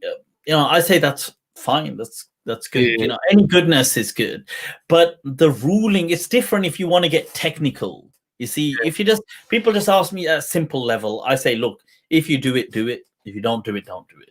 That's what I say. Then if you say, no, I want to get technical, what does the Sharia say? What does the Quran or Sunnah say? You want to be very technical. Then the Quran and Sunnah would probably class this as class it as an innovation, and it would put it under a discouraged category, because it's not from the pure understanding of Islam. But that's if you want to go there. You don't need to go there. You can just stay where you were and just say, look, I do it. Alhamdulillah, you do it. I don't do it. Okay, don't do it. I would say there's no need to argue over it or fight over it. That's ridiculous. Cool. that's the Mawlid thing. Was there anything Yeah. else quickly, and then we'll what's your opinion on our peers? on the beard? Yeah. What do you mean? What kind of a beard should we keep? No, I think not beard. I mean, the what? Sorry. peer, saw peer.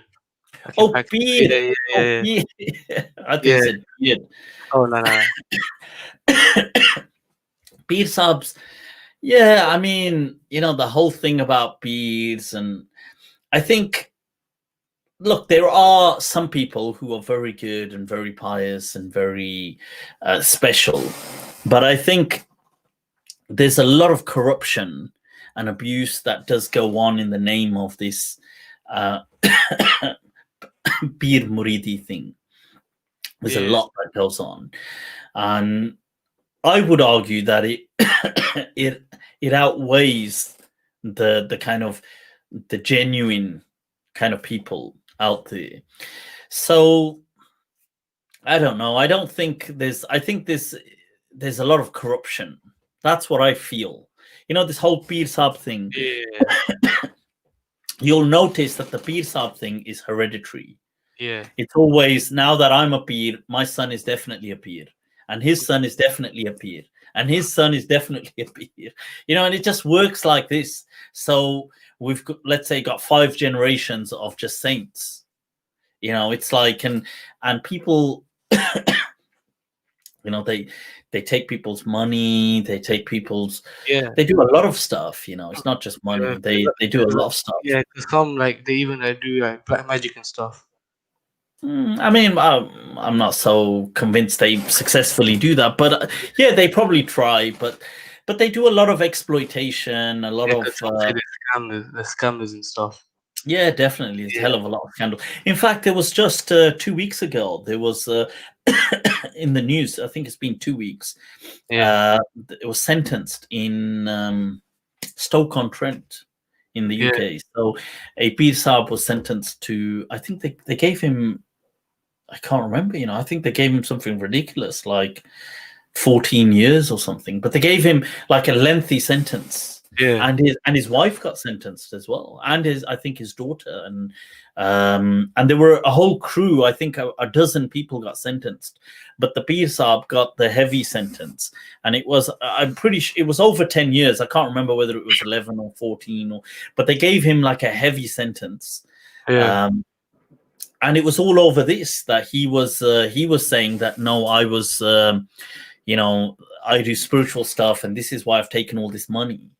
And it was over money. That's what it was over. And they were just saying it as exploitation. And they made a kind of example out of him. Yeah. Because I think I can't remember the exact details, but I'm pretty sure he was very old as it was. But they still gave him a very heavy sentence to kind of teach people that, look, we're going to clamp down on stuff like this. Yeah. So, yeah. Okay, I was wondering, okay, that's done, right? So I was wondering, right, what's your, recently Christmas happened, right? So, say if you have, a Christmas dinner, you just have your presents, or, Halloween. I mean, my things, I've got videos on this, and I've got a few writings as well on Facebook. I believe that these things don't carry that. Okay, so Halloween definitely doesn't carry any pagan thing today with most people, especially in the UK. It doesn't. So that's fine. And Christmas does have more of a Christian thing to it. But look, if people did it, I don't think it's haram. I don't think it's, people are just doing it just for a bit of fun. They're just doing it because they get time off work. They're just doing it because, they just want a bit of whatever, that kind of family get together. And the 25th of December is not Christian anyway. Let's be honest. It's not really, if anything, you could argue it's built on Mithras. Who was born on 25th of December, and the whole thing, really, it was nothing to do with Christ. So just because they've taken it on, then today people are not that Christian in the UK. Like, people understand. So I don't feel it's haram. I'm not saying you should do it, but I'm saying if people do it, I don't think it's necessarily a problem. I think, You know, what's the big deal? I know some people get really wound up. Oh my God, you've imitated the kuffar. Yeah, that's what people say. They say, "Oh, you're Yeah. doing what Christians done." But to me, that, you know, your iman is much stronger than that. And in honesty, I've said this before. Look, there's a lot of Islamic practices that are Islamic today, but that were pagan. Yeah. You know, like aqiqah is a good example. Some of the practices of Hajj were definitely, you know, as many of the Salaf believed, were from pagan Arabia. They weren't from, arguably, the black stone was part of an idol that was worshipped. It's not, look, just because these things lost that meaning and Islam kind of took it with a new meaning, a fresh meaning. It didn't associate the pagan thing with it. So I would feel similarly, it's not a problem. Some people say, "Oh, that they don't copy us celebrating Eid and stuff." So why Yeah, but should? it's not about, it's not about playing copycat. It's not about making gangs, but it's just, look, if people do it, I don't feel it's a big deal. I don't feel you become a kafir or you compromise your iman. Yeah. But cool, Muqaddas, it's been good catching up with you. You too. Take care. Have a blessed year, man. I've been watching your videos for a long time, you know, and you're such a funny guy, like customer, for real, man. I appreciate it. Do remember to subscribe then and like and share my stuff Bro, out. I've been ages, bro. Cool, man. Anyways, take care. Al-Muqaddas. Assalamu alaikum. All right, people. That was Muqaddas there. Some interesting questions. Let's take on some other guests. Who have we got here? We've got Ziyad Muhammad. All right. Assalamu Wa alaikum assalam, Ziyad. How you doing? Where you joining us All from? the way from South Africa. All the way from South Africa. South Africa. Africa. All right. Waka waka. All right. How you doing, man? It's a pleasure speaking to you. I've been watching a lot of the videos recently as well, and very enlightening. Very enlightening. So I just have one or two questions that, you know, for clarification in terms of searching for haqq, searching for knowledge. And one is, when you're looking at the Quran, and if you interpreting it via tafsir of different scholars, or alternatively looking at it from a literal meaning, how do you go about doing that? Because of course, I mean, Allah made the Quran easy for us to read. So it's easy. If it's easy for us to read, where do you say this is metaphorical and this is literal? For example, like in Surah Kaf, where it says that you can be doing, I'm not exactly quoting the verse, phrase by phrase, but where you think you're doing good, but you're not. So I don't know if you get my question. So I think you're asking that, like, when let's say we read the Quran, how do we know which part is metaphoric, which part is symbolic, which part is literal? How do we know this stuff? Yeah. Well, I mean, there's so there's a number of things. Yes, there is many aspects of the Quran that are just very straightforward for people to understand what's being said. And there are some aspects that Allah does mention that, look, there is an ibrah li'ulil absar. There is, there's a higher dimension to certain verses that maybe everybody gets some part of it, but those who are kind of more highly able will get more out of it than others. Ulil nuha, people of insight, people of basira, people of ta'qilun, people of of aql and stuff like this. So there are certain verses that are aimed at more highly able, let's say, minds. Now, obviously, there's two things here. There's one, the common person reading the Quran. Now, they would generally, on certain things, refer to guidance. There will be certain verses, maybe they don't understand them. They will look up, or they will listen to what maybe some shuyukh have said. They will, some mufassirin, maybe read a tafsir, read some commentary on it. Now, as to the scholars who've kind of spent many years of their lives studying the Quran, so they would have gone over several tafsir, right throughout their lives. They would have understood stuff. So I mean, me as an example, if you're asking me, I obviously memorized the Quran probably about 2 decades ago. When I memorized the Quran, I initially memorized it with meaning and tafsir. So I originally, when I was doing hifz of the Quran, so whatever my daily portion was, I used to first of all check all the difficult words through. I used to use, I had a simple book, simple dictionaries, Quranic dictionaries, which I would check up the words. And then I had like certain more detailed ones like the Mufradat of Raghib, Al-Asfahani. I would check up these words. Then I would read the English to make sure I've understood it correctly. I had Dr. Abdullah Yusuf Ali's translation. So I would read his commentary. Then I used to have access to certain tafasir. So I used to read Ibn Kathir. I had Ruh al-Ma'ani, Ruh al-Bayan, and Tafsir al-Madhari. So I had access to these 4 that I was going through whilst I was doing hifz, alongside with, let's say, Dr. Yusuf Ali's, his own Abdullah Yusuf Ali's translation and commentary. Then once I had done that, I, for a number of years, every year would go over the Quran with a fresh tafsir. So I went over most of Qurtubi. I went over in one of the years I went over Nahas's I'Rab of the Quran tafsir. I went over, I used different tafasir to kind of go over the entire Quran whenever I would be going over for a number of years. So that kind of, for me, gave me a kind of foundation of the Quran. Now, what I had from there was, as life continues and you go over things, there may be certain aspects you might revisit. So let's say evolution. Now, I started to, in recent years, examine all of this and look into it, and I started to look into, well, what are the verses that people say clash, and let me look at them.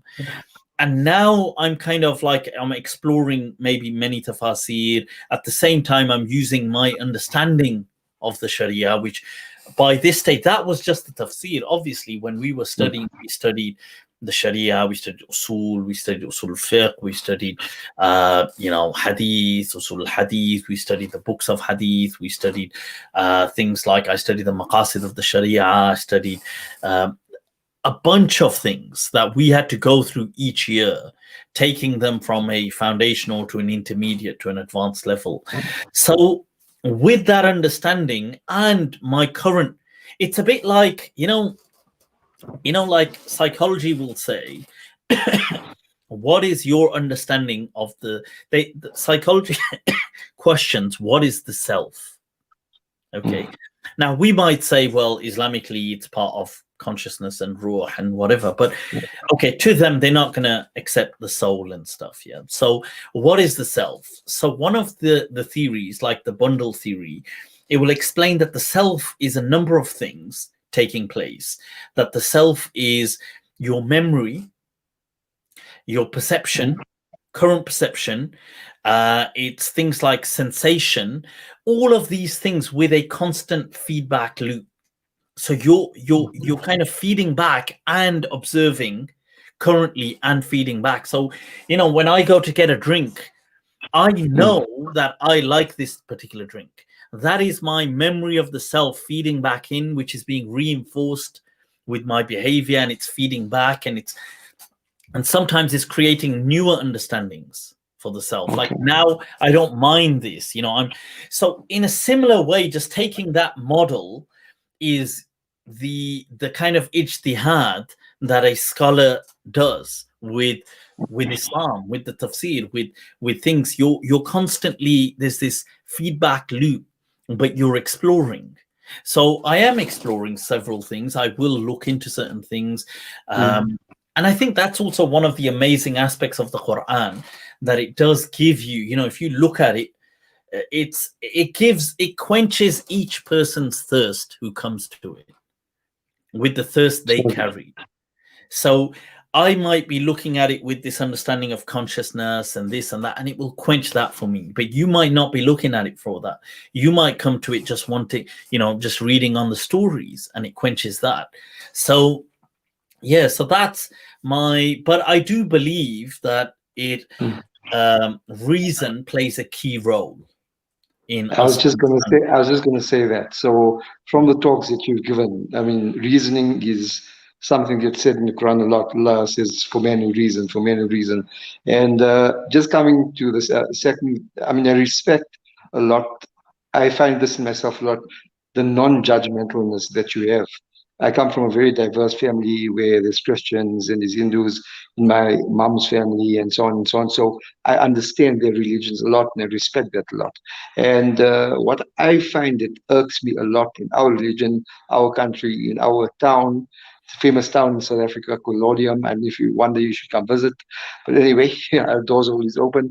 But it's the sectarianism. Yeah. I hate it. Islam is submission to Allah. That's number one. So I don't conform to any sect. And like, for example, like your Maliki, I find it contradictory in my view.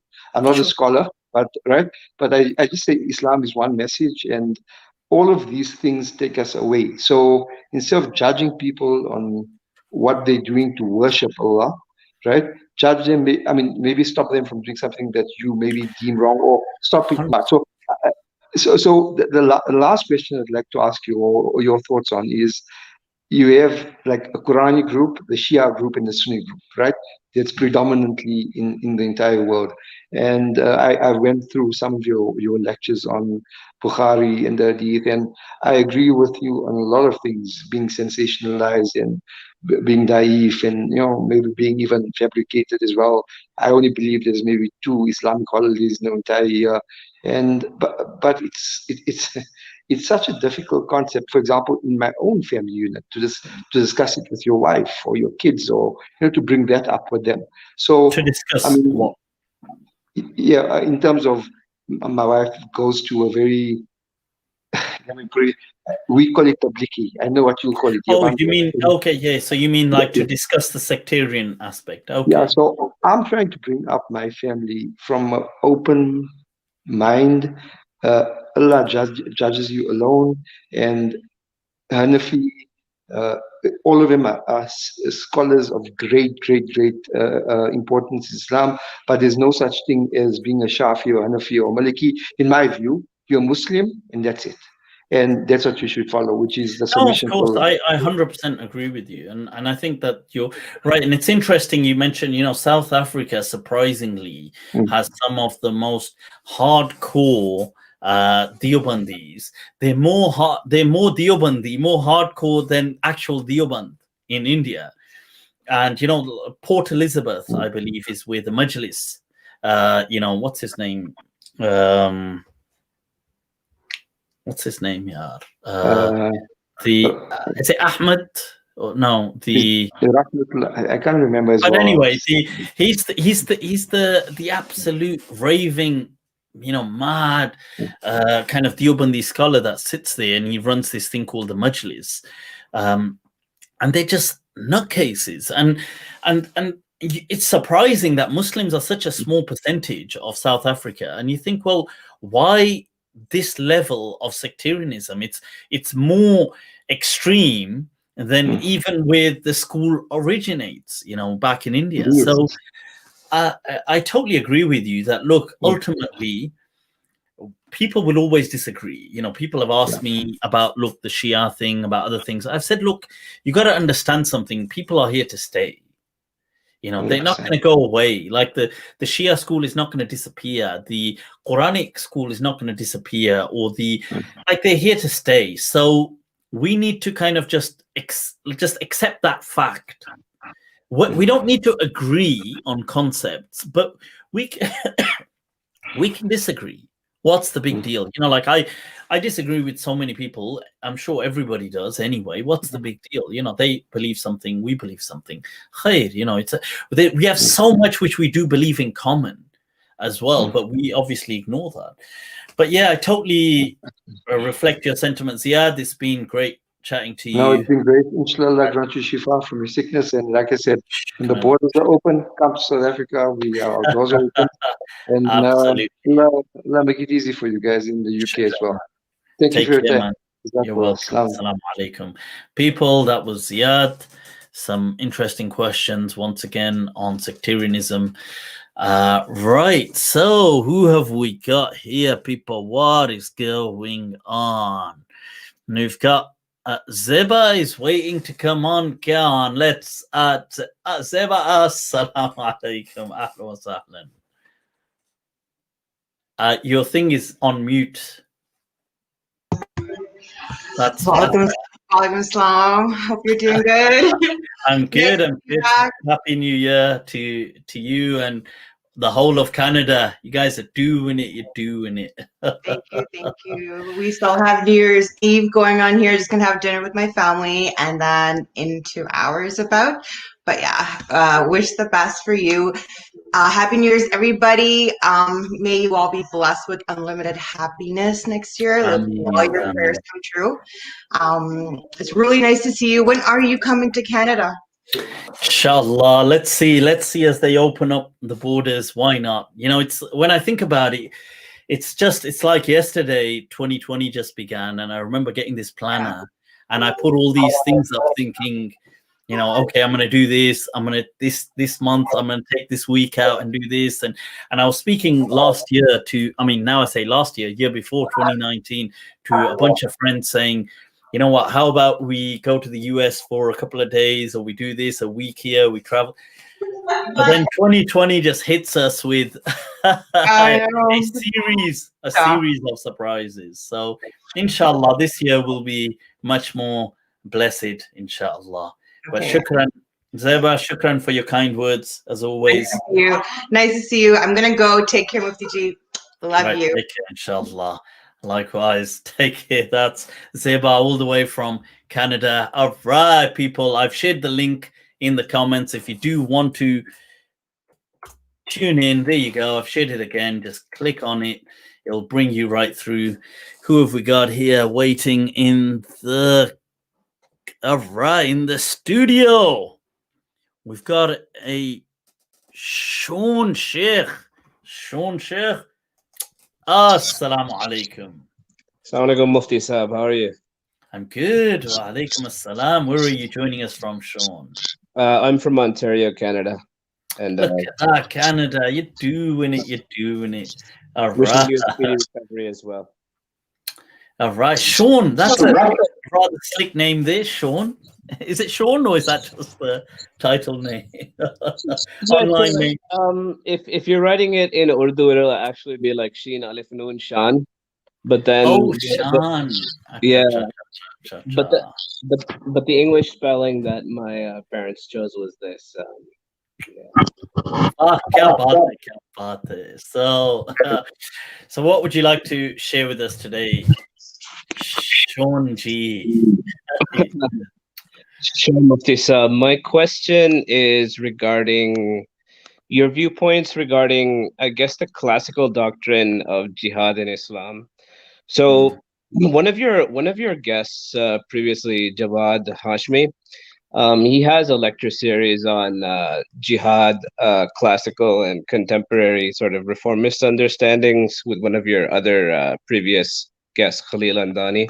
So in that, basically his understanding, and I've heard this other places, is that the classical understanding of jihad has been like has followed an abrogationist hermeneutic, where basically they're saying the later verses that sort of made offensive jihad allowed and maybe even mandated pretty much repealed the previous sort of guidelines that might have like a just ad bellum sort of characteristic, where you're not supposed to initiate aggression, where there are Quranic verses that sort of align with that. But I think classical scholars, I'm not sure if it's true in its entirety, but some people sort of characterize that as being the case. What do you see from the classical scholarship? with regards to just if I've understood the question correctly, that you're saying, well, the common or the prevalent understanding today is this that a lot of this offensive jihad is mansukh, is abrogated. Is this what you're No, saying?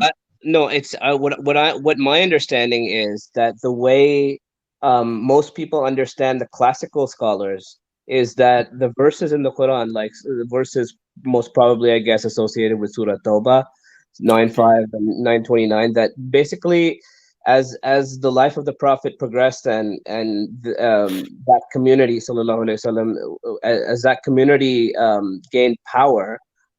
Basically, what they say is that verses of the Quran were revealed to mandate offensive jihad, or at least allow that, and that the earlier peaceful or defensive verses did not apply. So, yeah, do you see that as a fair representation of the classical understanding of jihad? That basically offensive jihad is a thing, and it's See, well, one way we can look at it is that, you see, we can look at history as it played out, and we can kind of maybe retrospectively, we can kind of maybe extract this is their understanding of what they were, what they believed. That's one way. So if we look at the Prophet's lifetime, there isn't really an offensive jihad that takes place. Even if you look at Ghazwat Tabuk, it's really the Prophet hearing that that certain armies have been they've been set into motion, and then they go and set out preemptively at a particular point where they meet that army. But there isn't, I'm not sure what jihad you would look at from the Prophet's actual maghazi that you would say is a clear an offensive jihad that the Prophet has gone out and done. Now, however, that said, you could then say that, well, what about the companions after, in the Rashidun, the Khilafah Rashida? What about some of them, like in Umar's time or in Osman's time? There's definitely some kind of offensive jihad taking place. So, I would argue that, if we look at just the Prophet's life, we can't. It's not clear. Like, you can see that there's definitely the verses in the Quran seem to begin with that Allah has now granted permission. Udhina, it's now being granted permission. Those who are oppressed may fight back. And then there are certain verses that are like kind of harridul, mu'minina ala al-qital, that incite them to kind of rally a war cry and go out and face and let them find ghilza, let the non-Muslims, the disbelievers who come against you, let them find this kind of firmness in you, and so on. And now those verses could be interpreted either way. I feel you could interpret them as it's still a continuation of people being attacked and bullied, and now you have to be this firm, resilient community to say, no, nobody can, we won't stand up for this anymore. Or you could interpret it to say, well, this is an offensive, you've got this tool now. I do believe that, look, the Sharia generally does believe that it has the capacity to do offensive jihad. I think and I would see it that the Sharia sees it like any modern state would see a military capacity, that we could, that if they felt that there was a need to do a military expedition, and if they justified it, they could do it, that it has that capacity. That's how I understand it. See, my sort of intuition, I don't claim to be like a scholar of this, of the history or of the the sacred sources around this, but even when you talk about the companions, say for example, radiallahu anhu, basically, with regard to military campaigns that occurred, they were basically I mean, that involved two sort of belligerent and aggressive superpowers of the era, right? Who posed a real military threat, and who were sort of colonial powers in like the northern regions of Ghassan and Banu Lakham. And basically, I mean, it's hard to say, you know, to what extent the campaigns were maybe preemptive and foresaw threats. Whereas, you know, if we follow the doctrine that some people basically associate with, you know, a particular viewpoint of what Islam is basically that what Muslims are asked to do is basically just subjugate any you know, non-Muslim polity under Muslim rule, right? So basically, either, you know, you convert to Islam or you pay jizya. Now, if that was the case, my understanding is that wasn't the case. Yeah. That was never the, like. So even Abu Bakr ibn Arabi, for example, in his Aaaarrriiiiite al-Ahwathi, he will write, and he's from like 900 years ago. So he would write that it's only a recommendation, a statutory recommendation upon the dawah, the state, to once a year have a kind of military expedition.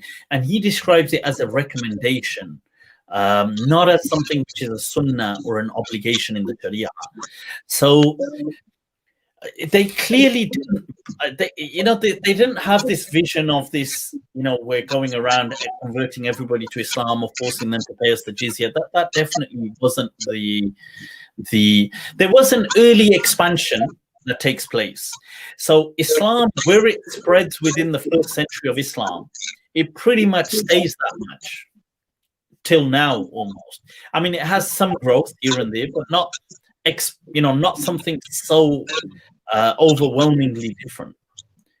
Where Islam kind of spread within the first 100 years of Islam, it kind of is still more or less that today. It's slightly different, but not massively different. Yeah, and my understanding is that in the early era, there were no, and I don't know the full history of this and how long this went on, but I think at least until Imam Malik's time, I've heard that people would avoid attacking Abyssinia because there was a hadith of the Prophet with regards to not attacking them until they attack you. Is that understand correct? Do you know about? Okay, I'm not sure about that. I'll have to read up on that. I'm not sure. I do know that there wasn't an. It's interesting. Why isn't there an interest in sub-Saharan Africa? There doesn't seem to be much of an interest that the early Islam conquests had. And they seem to not really venture down south. They seem to just head towards, and I suppose it's more the day and age has superpowers, and it's what the superpowers project. So Abyssinia by that time was not a dominant kingdom anymore. As far as I'm aware, it was not really something, it was seen as having treaties with the Byzantines. So it was still part, like, under the Byzantine kind of maybe protectorate program, but it wasn't like a superpower. So maybe that's why it didn't interest them. Maybe they did it out of respect, like you're saying. I'm not sure about that. But you're right, they don't head towards that way. And when I said Islam spread, sorry, there's a lot of feedback coming back through here. You know? So when I said Islam, what it spread through in the first 100 years, I meant geographically, not in terms of population. Obviously, the population didn't embrace Islam till a couple of hundreds of years later, but geographically, I meant where the kind of dominion expanded to. But cool, Sean, inshallah, will quite a few people queuing up here. We'll wrap if that's good. It's been a pleasure having you on, hearing your thoughts. So shukran for that, and I will try and look into that question. Yeah, I'd appreciate if you could at some point do like an in-depth video on that and classical understandings. To my extent, as far as I know, you haven't done anything. Have you done anything on this topic? Sort of like an in-depth video and looking at like tafsir of like Surah Tawbah and stuff like that, and how I don't in think relation to.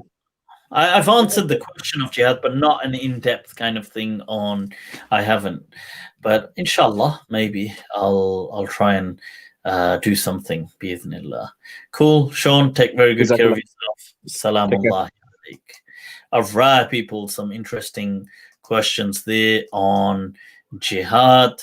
All right, it's been going on a while. Let's get one. Two of you. Let's see who's here in the studio, people. We've got Athar Khan. All right, Athar. Assalamu alaikum. Hey Mufti, how are you? I'm good. I'm good. How are you feeling? Lillah alhamd. All praise be to Allah. Suffice. That's enough, really. How about yourself? Good. So let me make you feel a little more better. So I live in New Jersey. So you know Shadi Masri, right? Yes. Regards to you, love and blessings. Oh, he sends his blessings. Shadi. I would love for him to come on and have a discussion with him. That would be really amazing. But log bhag jate hain, yaar. They run away.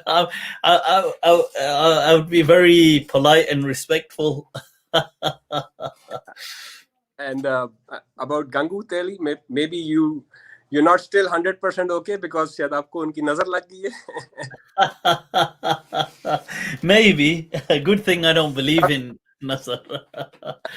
But yeah, these guys. I say to these people that look, let's have a mind trap thing. I bring you guys on, and we can just talk. You can ask me questions, I can ask you questions, and I think it'd be good. It'd be but people, they say no.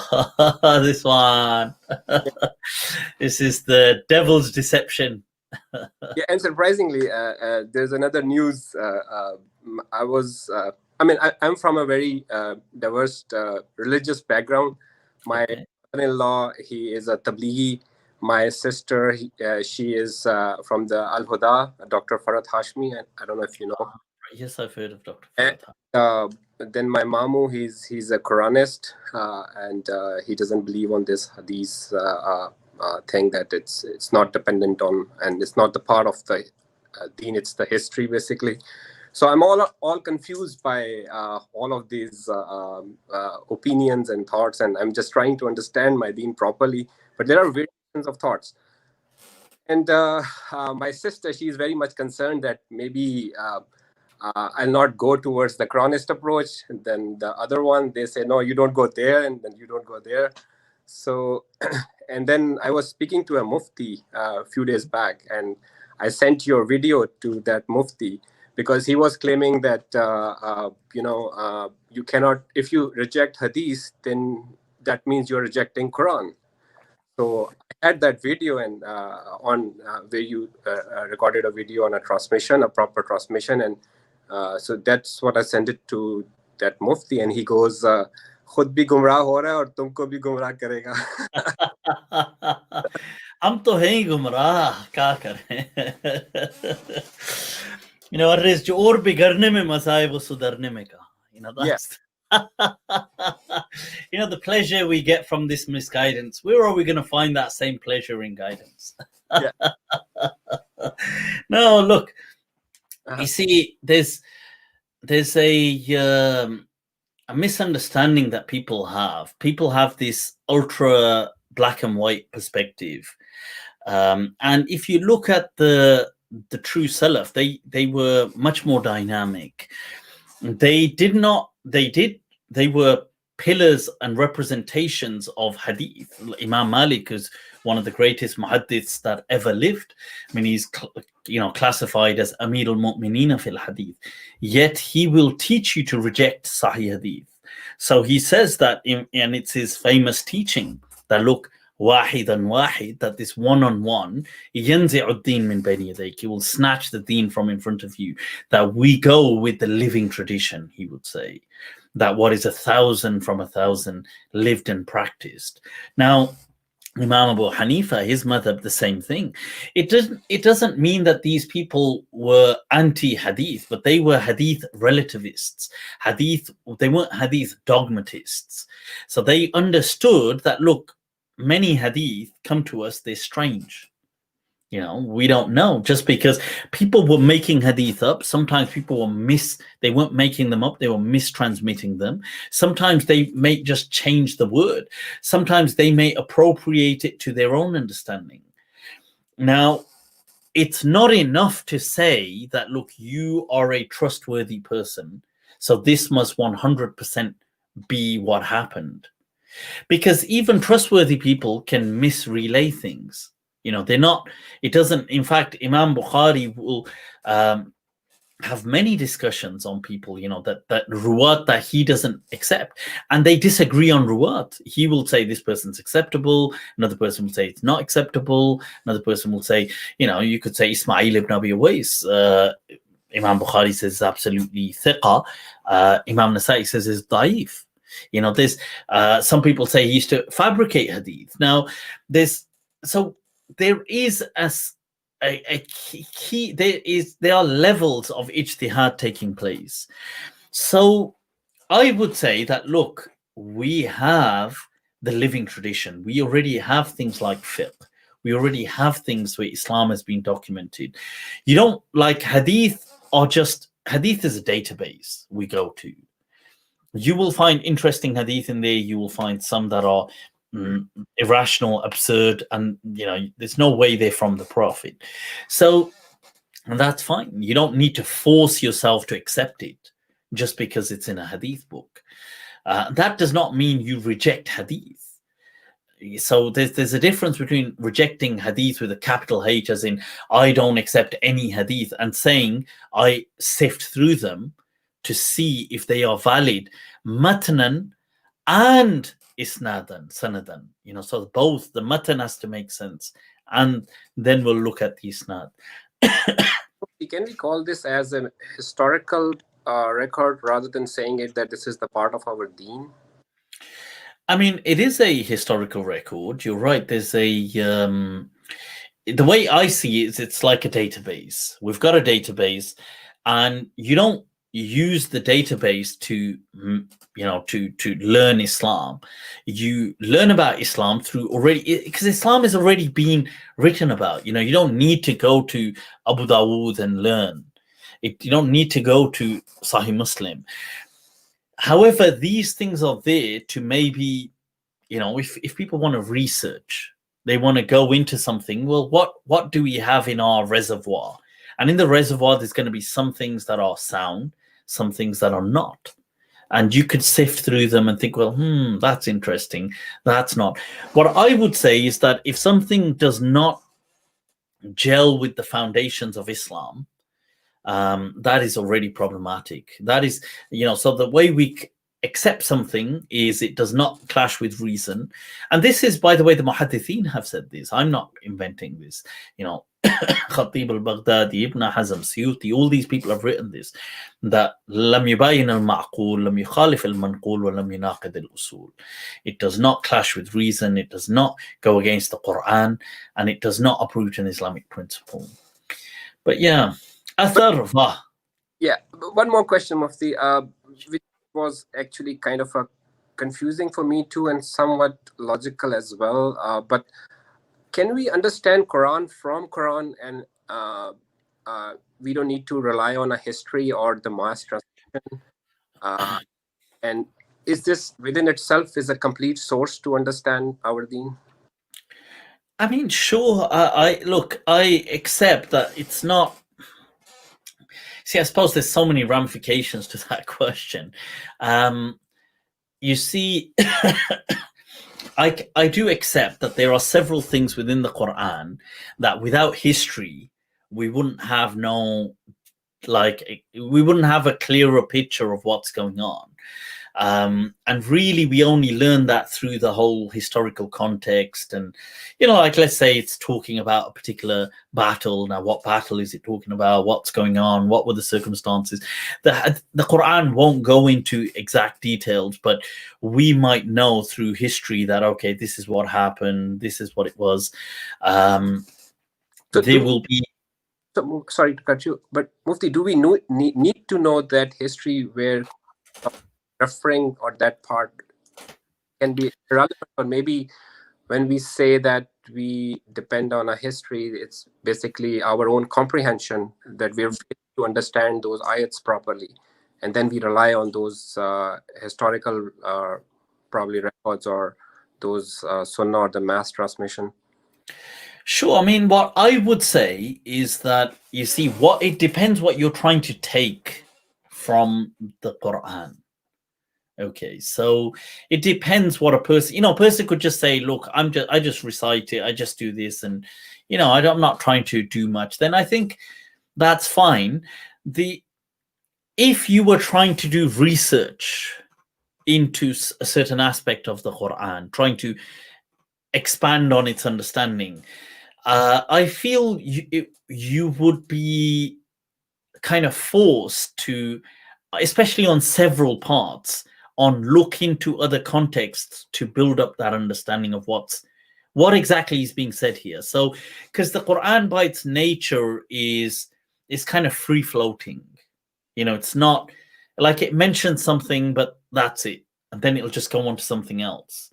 And these little stories or little things are just floating around, they're free falling. Now, it's the greater context that gives it some, and I suppose if you don't want to do that, if a person says, look, I don't want to, I don't want to read anything else, I just can read the Quran, fine. I don't think there's nothing against that, saying that you can't just read the Quran. Of course you can just read the Quran. On the same token, I feel that, look, there is this plethora, this great rich resource that Muslim scholars have worked very hard to kind of preserve over the centuries, which is a whole, it's a reservoir of things in there. Like, so we've got descriptions of fiqh in there, how to practice fatawa, ijtihad, we've got hadith documentation, seerah. And I would say that this reservoir, we don't need to drain it, like as in just get rid of it. I would say I'm very grateful, and it provides valuable insight. But yeah, we need to sift through it. We need to kind of, see that sometimes some things will, they'll come across meaningless, and, we need to question that. And this methodology of questioning it also comes to us from the reservoir. Like people like Imam Malik, people like Abu Hanifa teach you that, look, we don't just blindly, we're not hadith dogmatists. That is from that same reservoir. They are teaching you that. It's not. So me as a person, I would definitely say that, we don't just drain this reservoir and get rid of it just for the sake that, look, it's got several things in there that are messed up. I would say it's fine to kind of sift through it. But if a person felt that, look, no, I'm in my life, I'm only going to read the Quran. I mean, there's nothing, obviously the Quran is the backbone of Islam. That's not wrong, it's not a bad thing. That's obviously the person is saying they want to read the Quran. If they can do it successfully, hats off to them, more power to them. If a person says, look, I'm coping fine, I don't have a problem. It's like Ibn Hazm, he never accepted qiyas, analogy in Sharia. And, Imam Shatibi speaks about him in his Muwafaqat, and he says, look, say whatever you want about the man, but he at least produced an entire corpus of the Sharia without having the need to resort to qiyas. Like, so, you know, he at least did it, you know, so if he can do it, more power to him. You know, okay, I do, as far as analogy is concerned, I think it's a valid tool to have in the Sharia, so I will use it. But if somebody says, look, I can get by just fine without using it, and if somebody says, look, I don't need hadith or fiqh or whatever, or maybe occasionally I might just delve in here and there, but for the most part, I can get by. You know, I can get by just reading the Quran and doing things. I can do it. People may object, but let's say they can. However, they manage to kind of derive some understanding, and they manage to delve, you know, bring out principles and do something and get by. Fine, you know, more power to them. It's not, you know, at the end of the day, it's still our book. It's the Quran. It's not at the end of the day, they're not saying, you know, disrespecting the Quran. They're just saying, I want to solely rely on the Quran. The general orthodox view is we do embrace the Sunnah as well. That is the orthodox view. Yeah. Yeah. Because I was listening to one of your arguments with Edip, the Turkish guy, the Turkish person. Oh, right. Yeah. I don't know his full name. Edip. Yeah, I'm going to mispronounce it as well, but yeah. That was a very, very interesting conversation between you and him. The question that was raised in my mind listening to that conversation, that what evidential proof we have about the Sunnah, that before the Prophet ﷺ, those 5 prayers and the Hajj was performed the same way that it is performed right now. What is the evidential proof for it? And is this very legit? And is this the same, or there are variations in that? You see, the way I would see it is more from a rational perspective. That, you see, to me, it's very rational and real that if revelation was being taught by the Prophet, he would be also answering their general questions. Like that is a very, you know, it's like, let's say I'm doing a meetup now and people are asking me stuff. Now that's because whenever somebody is doing something, people will ask him, and they'll ask him much more than the actual thing. So that's a very reasonable thing to start with. So it's very, in fact, the opposite would be irrational to think that there was revelation and nobody asked questions. So it's very, so from reason, we would understand that there would be more teachings than what than just the Quran. That's from a rational viewpoint, you would understand. You see, me anyway, that makes perfect sense to me that there would be. So when you begin with that concept, you then have, like, when we look at what we already have collected, like we have fiqh. So the fiqh is the living tradition, the practice of Islam. Now, it is true, I do feel that if a person tried to dismiss the entire tradition, I feel they would have an incredibly difficult job trying to build up a tradition by just basing it 100% on the Quran, because just by the very nature of the Quran, that it kind of free floats. It doesn't kind of anchor into a particular geographical location or even a particular time or a particular, it doesn't really give much away about itself. So, but if somebody managed to do it by twisting this and let's say the extracting principles and, you know, coming up with every time, you know, I've looked at these verses and I've come up with a rule, and this rule is this, and now I apply this rule over here, and then basically what they're doing is just inventing a fiqh, which, okay, fine. This is why I said, you know, more power to them, but we already have fiqh. I don't feel we need to reinvent everything. I feel that, okay, we may need to just filter through some things and bring it up to sync, like, you know, up to date. I don't feel we need to wipe the whole board and say, I know, let's start fiqh from scratch. Yeah, but there is one thing which I was trying to understand. Help me if I'm not making any sense here. But see, you know that the history, there are lots of deceptions in history. And lots of things are concocted. There are contaminations, and there are variations of different school of thoughts, and they're also generating more sectarianism based on various, and all coming from the history, right? So we don't have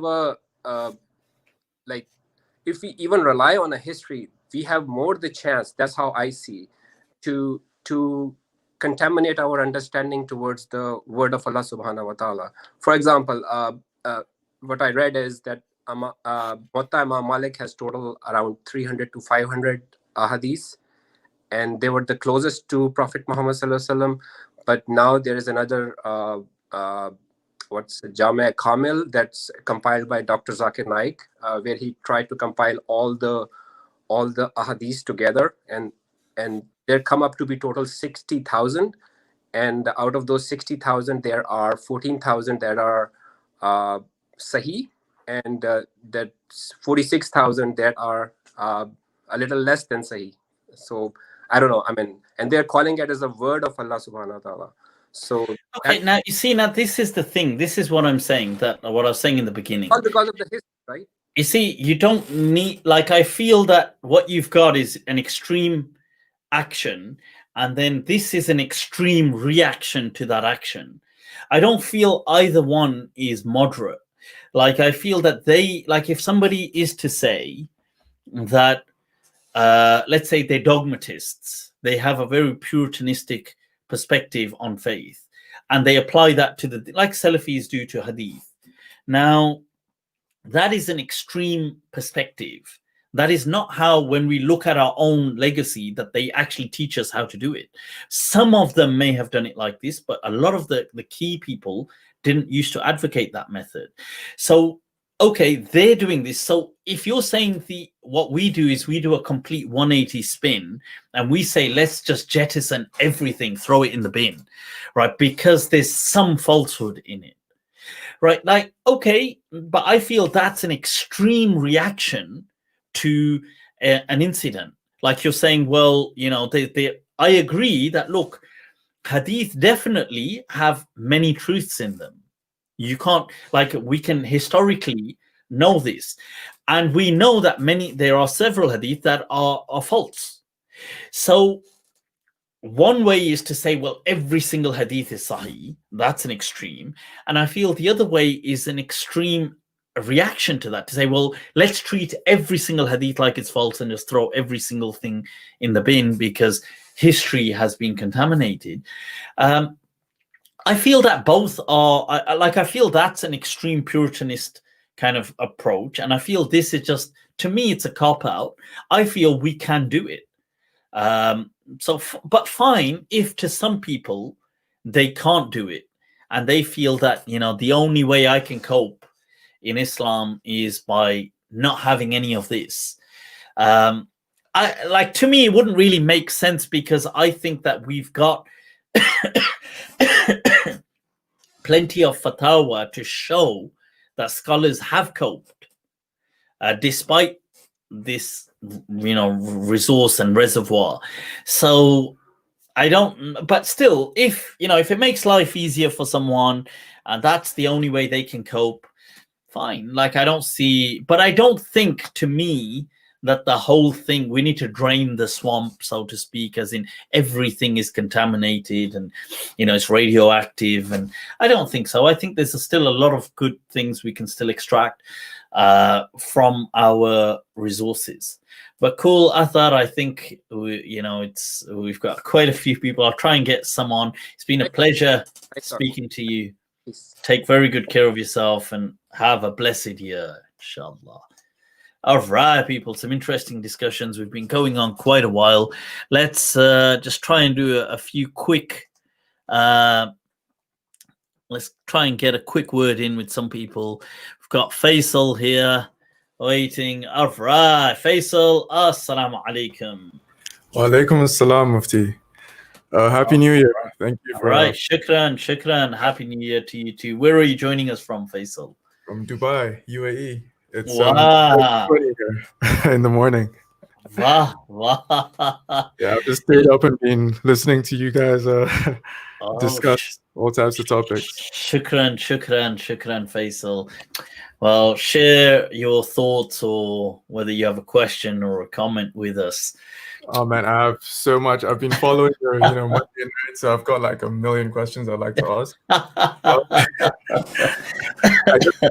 One thing is, you guys were talking earlier about, the Quran and miracles, and maybe I can give a sort of moderate perspective I have on that topic. Sure. So I completely agree with you that miracles in Islam don't make sense in the traditional meaning of the word, right? Yeah. But in terms of the Quran being a miraculous sort of a text, I think maybe one way we can look at it is, for example, you have a range of ancient texts that we can pull from, like whether it's Socrates and Plato, Aristotle, or it's like the ancient Egyptians texts, Book of the Dead, or it's like Torah, Bible, whatever, right? I think every single ancient book you look at, you can find explicit mistakes in them that you can, spot out explicitly, and you can prove the mistake in them. And Quran seems to be the only sort of medieval or ancient text that it's not possible to do it, right? Even though people try, obviously, there's a big discourse on it. Like the deeper you go into trying to disprove it, it kind of almost fights back, right? And proves itself to be right in many different ways. And I feel like 100%. Type of miracle. 100%. And I've said in the past that you see the Quran is a miracle in the sense of what it mobilized. You see, the Quran, what it did was it mobilized an entire people. It served as the backbone. To the reciter, it created an experiential feeling, that inexplicable kind of sentiment which carried that person forward. Its miracle in that sense is I feel undeniable. What Islam has really just been carried, the backbone to Islam has been the Quran. The very concept of the book has mobilized an entire nation. I absolutely agree with that. But all I was saying earlier on was that, look, you see, there's two ways to go about this. One is, as we are speaking now as Muslims, we're saying, look at what this book has done, is mobilized an ummah, look at civilization, the whole thing is served as the backbone. It created this awatif, these emotions of iman in people. And it hits the reciter, the listener, the way it hits them, the kind of kayfiyah that it creates within them is no short of a miracle. And that is absolutely sound. And I was saying that, but that is still a subjective kind of experience. And I accept that it's subjective.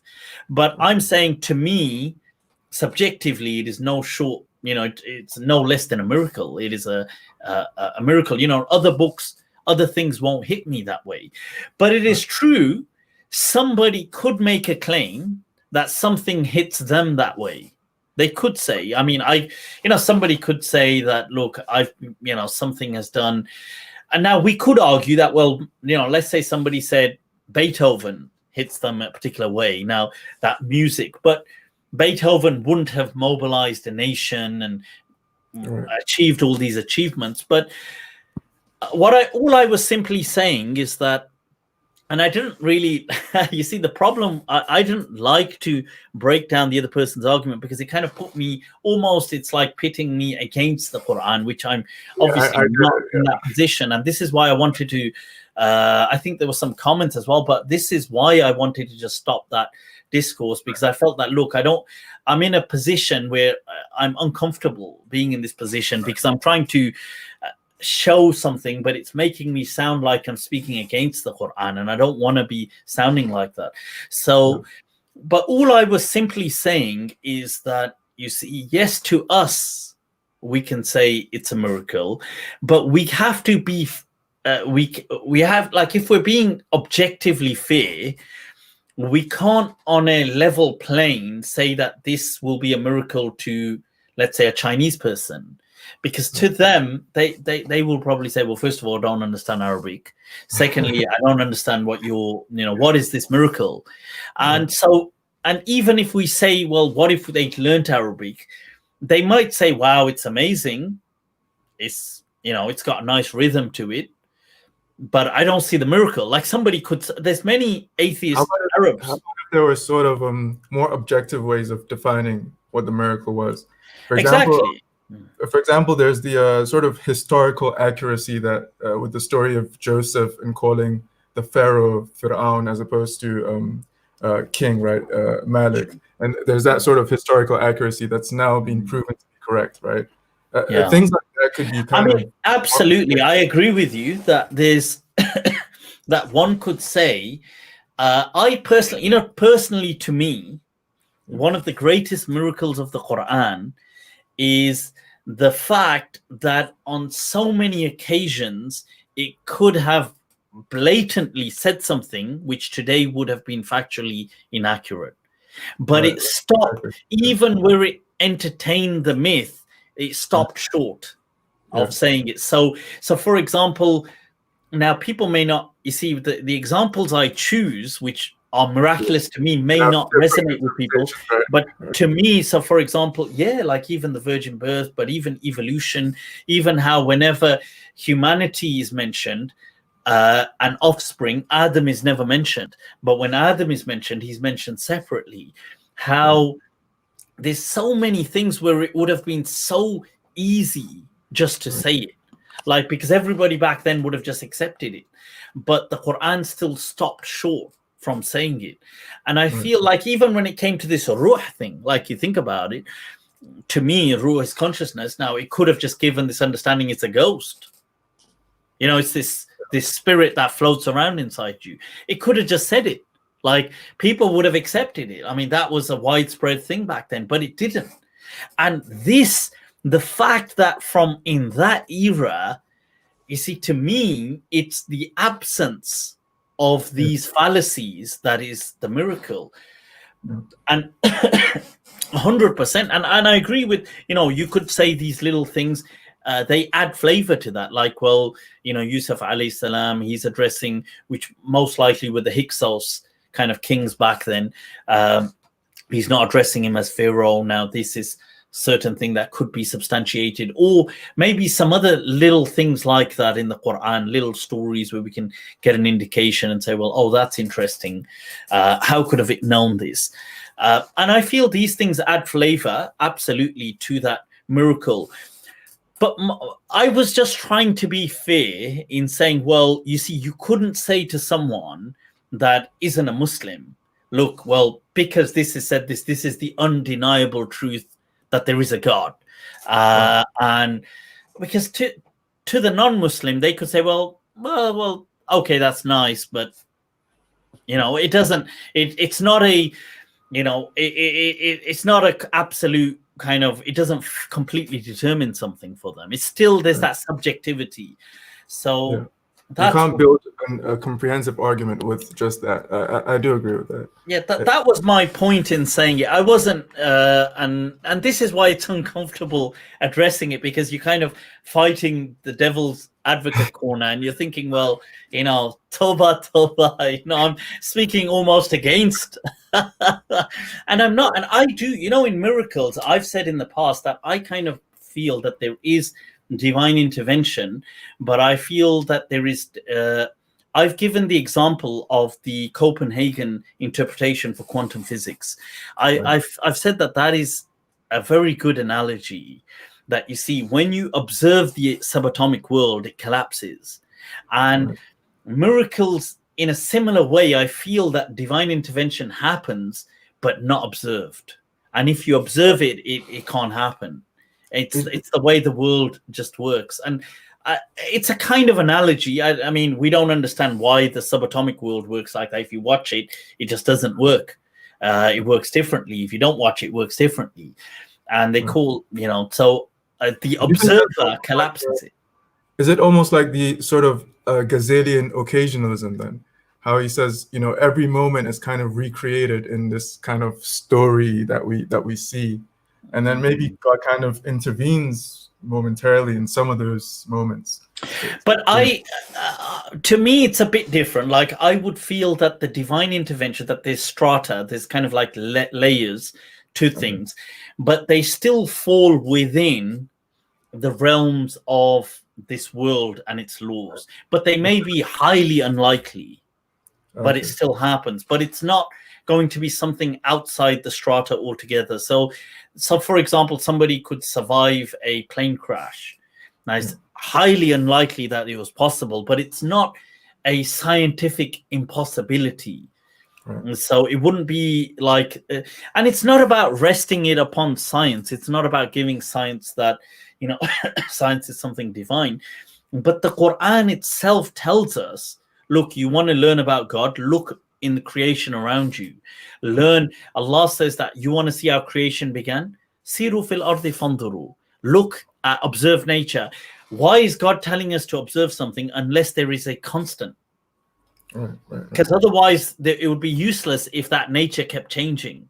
Then God telling us to observe would be silly. So yeah, that was my I think this is a false dichotomy, religion versus science. You know, it's the way the classical scholars of Islam understood it, that these things are complementary. There's nothing, you know, it's not faith versus reason or faith versus science. It should be that faith is really compatible and built upon our understanding of science. Is just the observation of the world around us, that's all. And that was the classical definition, was hikmah. They would call it hikmah, wisdom. But yeah, but Faisal, the modern scientific method was developed by Hassan ibn Haytham. Yeah, exactly. And you know, even though it's been popularized with Francis Bacon and stuff, but Muslims were using these kind of methods and spoke of them. But yeah, Faisal, much love. Shukran for tuning in. I appreciate your words and questions. Take care. Thank you. Thank you. All right. Assalamu alaikum. All right, people. Well, we got to start wrapping this up. So we've been going on way too long here. I tell you what, let's get 1-2 people in. I'm sorry if I can't get all of you in here. I tell you what, let's get a quick. First of all, we've got Imi here. I take it. Let's add Imi to a quick. Imi, assalamu alaikum. Happy New Year. Assalamu alaikum. There we go. How are you doing? All right. You're doing it. You're doing it. How you doing, Mufti Saab? I'm good. Lillahi alhamd. What about yourself? Doing good. I wasn't expecting to be on. I know I'm backstage, but I was just chatting with some people. Well, I thought I'll just bring you on, say Happy New Year. Do the greeting, take the Ashirvad from you. glad you're feeling better, Mufti Saab, and hope you have a great, prosperous 2021. Inshallah, we can meet soon again. Inshallah, absolutely, man. Look forward to it, Imi. Naveed and I are going through some existential angst. So okay. I think a meeting is due with you to go over, definitely, to put us in the right direction. You know what I mean? Don't worry about it, man. I'm here in this pit of inferno. I could do with some company down here, you know. It says on the gates, "I suffer, we suffer." No, I'm joking. It'd be a pleasure, inshallah. We definitely do that catch up, and either in person, that would be even better. If not, then virtually we'll do a catch up. Cool, man. Imran, take care of yourself. Have an awesome, happy New Year wherever you are. Don't party too hard, man. I know you guys chilling, huh? All right. Fi amanillah. Inshallah, fi amanillah. All right. Oh, what happened here? We're just one person off, next person on. Hassan Ali Yunus, you're doing it. You came straight on there. Look at that. Must have been divine intervention. Bechara is asleep. Oh no, I'm here. Sorry. Hassan. Assalamu alaikum. Alaikum assalam. Where are you joining us from? Hi. Southampton. Wah, kya baat hai. Hassan, Happy New Year, man. And is there something? Happy New Year to you too. Shukran. Would you like to share a quick thought or a question or a comment with No, us? I don't have any questions. But recently there was a guy that made a video. That's There was a guy. satisfied, man. That is a person satisfied in life. There was a guy that made a video about you recently called Abdul Majid. Did you see that video on Bukhari Gate? No, I think 1-2 people watched it and they kind of sent me a link. I did ask that, did he really tackle any of the questions? No, he didn't. and they told me, nah, he didn't really tackle them. And he just said something about, well, my questions need to be questioned. Yeah. Which, I thought, well, okay. But the questions are sound questions. You see, my question is very simple in stating that, look, you've made a claim, you need to prove the claim. You see, you don't need to prove why you have a right to question something. You have a right to question anything. Like, it's the claimant who's making a claim. Like a person says, look, Sahih al-Bukhari is 100% Sahih. This is my belief. I profess this claim. Now it has the right to be interrogated. You can't say to the person, wait a minute, why can you interrogate me? You know what? Why can you interrogate? No, but that's because we have the right to question any claim. And then I've presented certain questions. I've presented questions on saying, well, what about the problems with the manuscripts? What about the problem with Farabri, for example? How do you get around that? What about the problem of the variations? And then what about the problematic hadith? So these are the main kind of things that I've rested my questions on Bukhari Gate on. So I'm happy if somebody can answer it. I'm more than happy. I know they can't answer some of those questions because nobody in history has answered them. Like the thing of Tawthiq of Rabri just can't be done. It's not something I can just invent today. The time is gone. So I would like to see how we could answer it. Somebody said he was in the comments. I didn't see him in the comments, but somebody said he was there. I did share the link, but he didn't come on. So yeah, I did. I asked him to come on, but I don't know. Sure, not a problem. Well, cool, Hassan. Shukran for sharing that with us. Was there anything else? Also, one last thing. When's your merchandise coming out? Inshallah, soon, very soon. Now that 2021's here, it's got to come out very soon. So watch this space on YouTube. There's going to be some merch. The Nutty merch coming out very soon, inshallah. So, right, Hassan, take very good care of yourself. Okay. And remember to subscribe and share. Spread the love and the fitan and the fasad. All right, people. Right, let's have, I think, like that, a quick, we've got an A72, the man. We've got the man on here, people. Should we bring on the man? Are we ready to have the man on here? Assalamu alaikum. Assalamu alaikum, Mufti. The man. May I be named? Like, it's the ideal, the man, the ideal right here. All right, you're doing it. So what's your name and where are you joining us from? Oh, me Ibrahim. I'm from Southern California. So SoCal. Kya baat hai, Ibrahim. We're still in 2020. We have 5 hours to go right here. So it's so in many ways, I'm talking to you from the future. Huh? So, what would you like to share? Some thoughts? First, I have to thank you for your emphasis on reason. You know, this was like the most revolutionary idea. I mean, I'm only 17, so I mean, there's a lot of revolution going on. Bloody hell! You know what? If you hadn't said that, I would never have guessed. You know, you look very mature. Oh, thank you. Yeah. So I had a question on.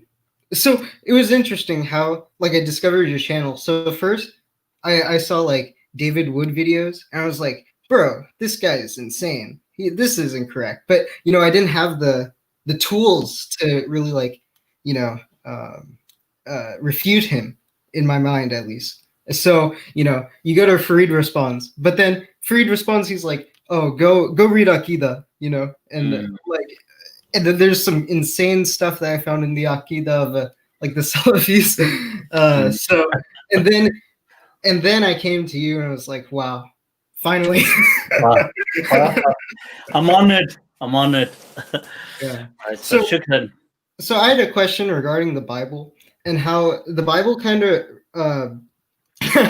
yeah, not David Wood. Not David Wood. Yeah, so how the Bible kind of refers to God as like the Father, or you know, in this like sometimes the analogy is given like he's a husband to the Jewish people, you know, this idea. And then in the Quran, you know, this it's God, Allah is not given in this interpretation, you know. So could you give some thoughts on that? Like, did God, because my understanding, yeah, go ahead. Yeah, I think like what it is that at different eras, like there were certain kind of ideas that were floating, and it gelled well with a certain people. Okay. So you have to remember that, you see, for the Israelites at that time, this thing of the Father, yeah, especially Yahweh, another name that's given, which was kind of incorporated from the Middle Eastern deities that were already there from the house of El, and these names are all adopted. Yeah. And you get this kind of thing that, look, you are the children of Israel, and then by extension, you're the children of God. You know, not a physical. The Jews didn't think they were physically the children of God, but it's that specialness and this kind of bond. But then you kind of see with time how the father thing is kind of then taken out of, it kind of goes out of hand with Jesus. You know, this father and son. And hence you see in Islam, which follows that metaphor is kind of avoided altogether. Right. Even though one could say in some parts of the Quran, you know, Allah does say that, you know, are you, if you claim to be abna'u, you know, the children of God, you know, and his, to the Israelites, because they still had that kind of concept, then okay, why don't you, you know, claim such and such, or desire death, or desire this, or desire that. But to the Muslims, it's not used. You know, it's not said like you are abna'ullah.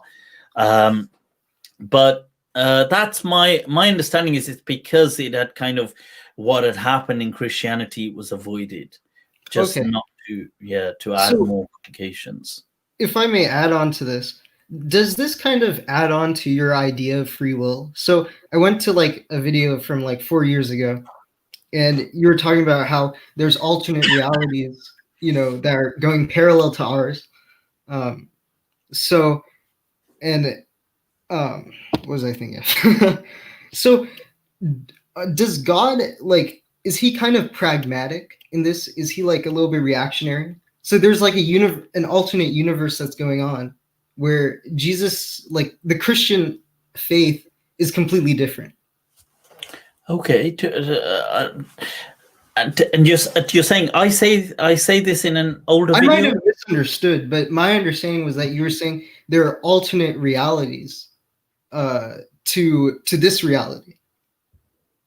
But what am I, when I'm expanding, do I expand in that video on what those realities are when I'm saying I'm not sure. I was gonna ask you, like do you think that all possible realities are manifest, or like are there some realities, parallel universes with going on with the whole, like, for example, like me picking up this card, there could be different, like maybe I could have burned the card, right? So are all the realities manifest?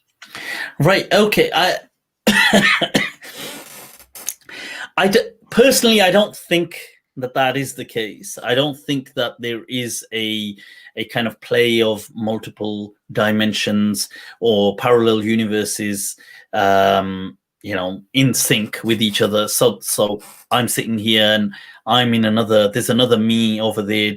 Maybe every decision I go left here, that person goes right, and you know, maybe whatever, something like this. Or I don't think that's what's happening. So you reject it entirely?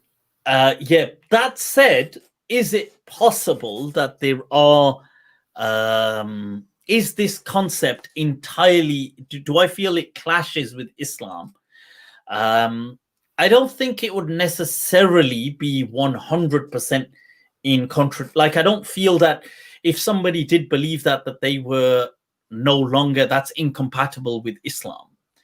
I don't think so. I think you could find certain verses or certain things that you could kind of draw, that like that hadith that, you know, there are multiple, that hadith of Ibn Abbas, that there are multiple worlds, and in each world there is an Adam like your Adam and a Noah like your Noah. And so one could derive, but people have said the hadith ain't sahih, whatever, but one could say, well, there's you know, there's a verse of the Quran which that hadith is allegedly an explanation of, where you know, where Allah has created وَمِنَ الْأَرْضِ مِثْلَهُنَّ, that He created 7 heavens, وَمِنَ الْأَرْضِ مِثْلَهُنَّ, and from the earth like of it as well. And then here people said, well, there were 7 earths then, because what is that verse referring to?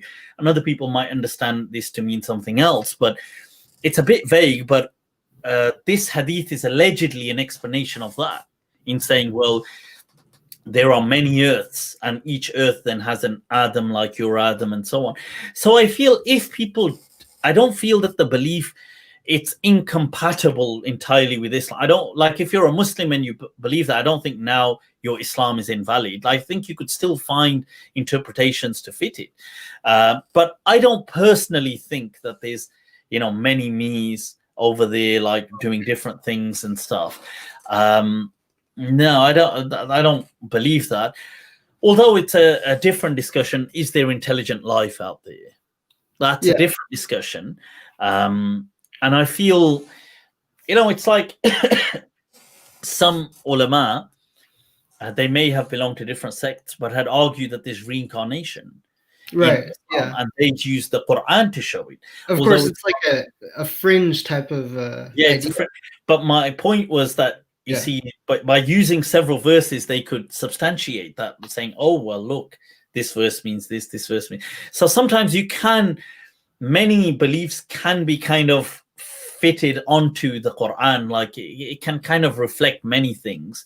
But yeah, so that's, but I think I'll have to watch the video again. But I think when I'm speaking of reality, I don't know exactly which video you're referring to, but I think on many things I explained that reality isn't what we perceive it to be. Oh. So I don't know. It could be a different clip, but I have explained that on a few clips where I've said that, for example, reality, there is no such thing as color. There is no such thing as, you know, like a lot of things, they exist in our mind. Okay. And we are kind of perceiving them. You know, it's that same thing that, well, if, you know, if a tree falls and nobody says, does it make a sound? Right. You know, the same philosophical question. And I've said that, well, Allah doesn't address us in the Quran with objective reality. He addresses us with this intersubjective reality that we have. Because if He addressed us with reality at its core, we would just disbelieve, because it wouldn't resonate with us. Like we wouldn't be able to identify with it. So yeah, cool. I mean, maybe that's maybe the video that you're saying I'm speaking about something else. I'll have to listen to it. But Ibrahim, it's been epic, man. Shukran for tuning in. I appreciate it. Shukran for all the love and support, man. Take very good care of yourself. Have a happy new year, inshallah, and a blessed 5 hours to go. That's it. Well, take care. Fi amanillah. Speak soon. Assalamu alaikum. All right, people. Whoa. All right. Well, peoples. There's an okay, Aftab. Let's have a quick bring him on. It's getting late here. Aftab, assalamu alaikum. Your mute, your thing. Can you hear me? Yep, I can. Assalamu alaikum. How are you? Alaikum salam. Where are you joining us from, Aftab? I am joining. Actually, I'm in Toronto right now. I'm based in New York. So yeah. Look at that. You're doing it. You're doing it. Al-Aftab, share, I don't know, maybe a thought or a comment, or if you Yes, I'll be quick. I'll be quick. Please, I apologize, yeah, no. but it's going on quite a while, No. so I have to kind of wrap it up. No, But absolutely. yeah. I really appreciate all that you're doing for our community, and taking the time out of your day every month to do this for us. So I appreciate that. So I noticed, you're very well into the poetry scene, the creative space. Me, myself, I'm a musician, and I find inspiration through your thoughts and your whatever you have to say.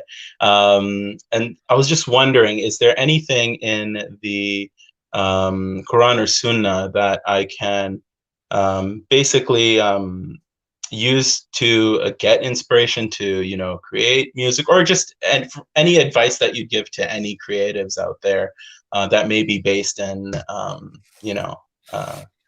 some stuff?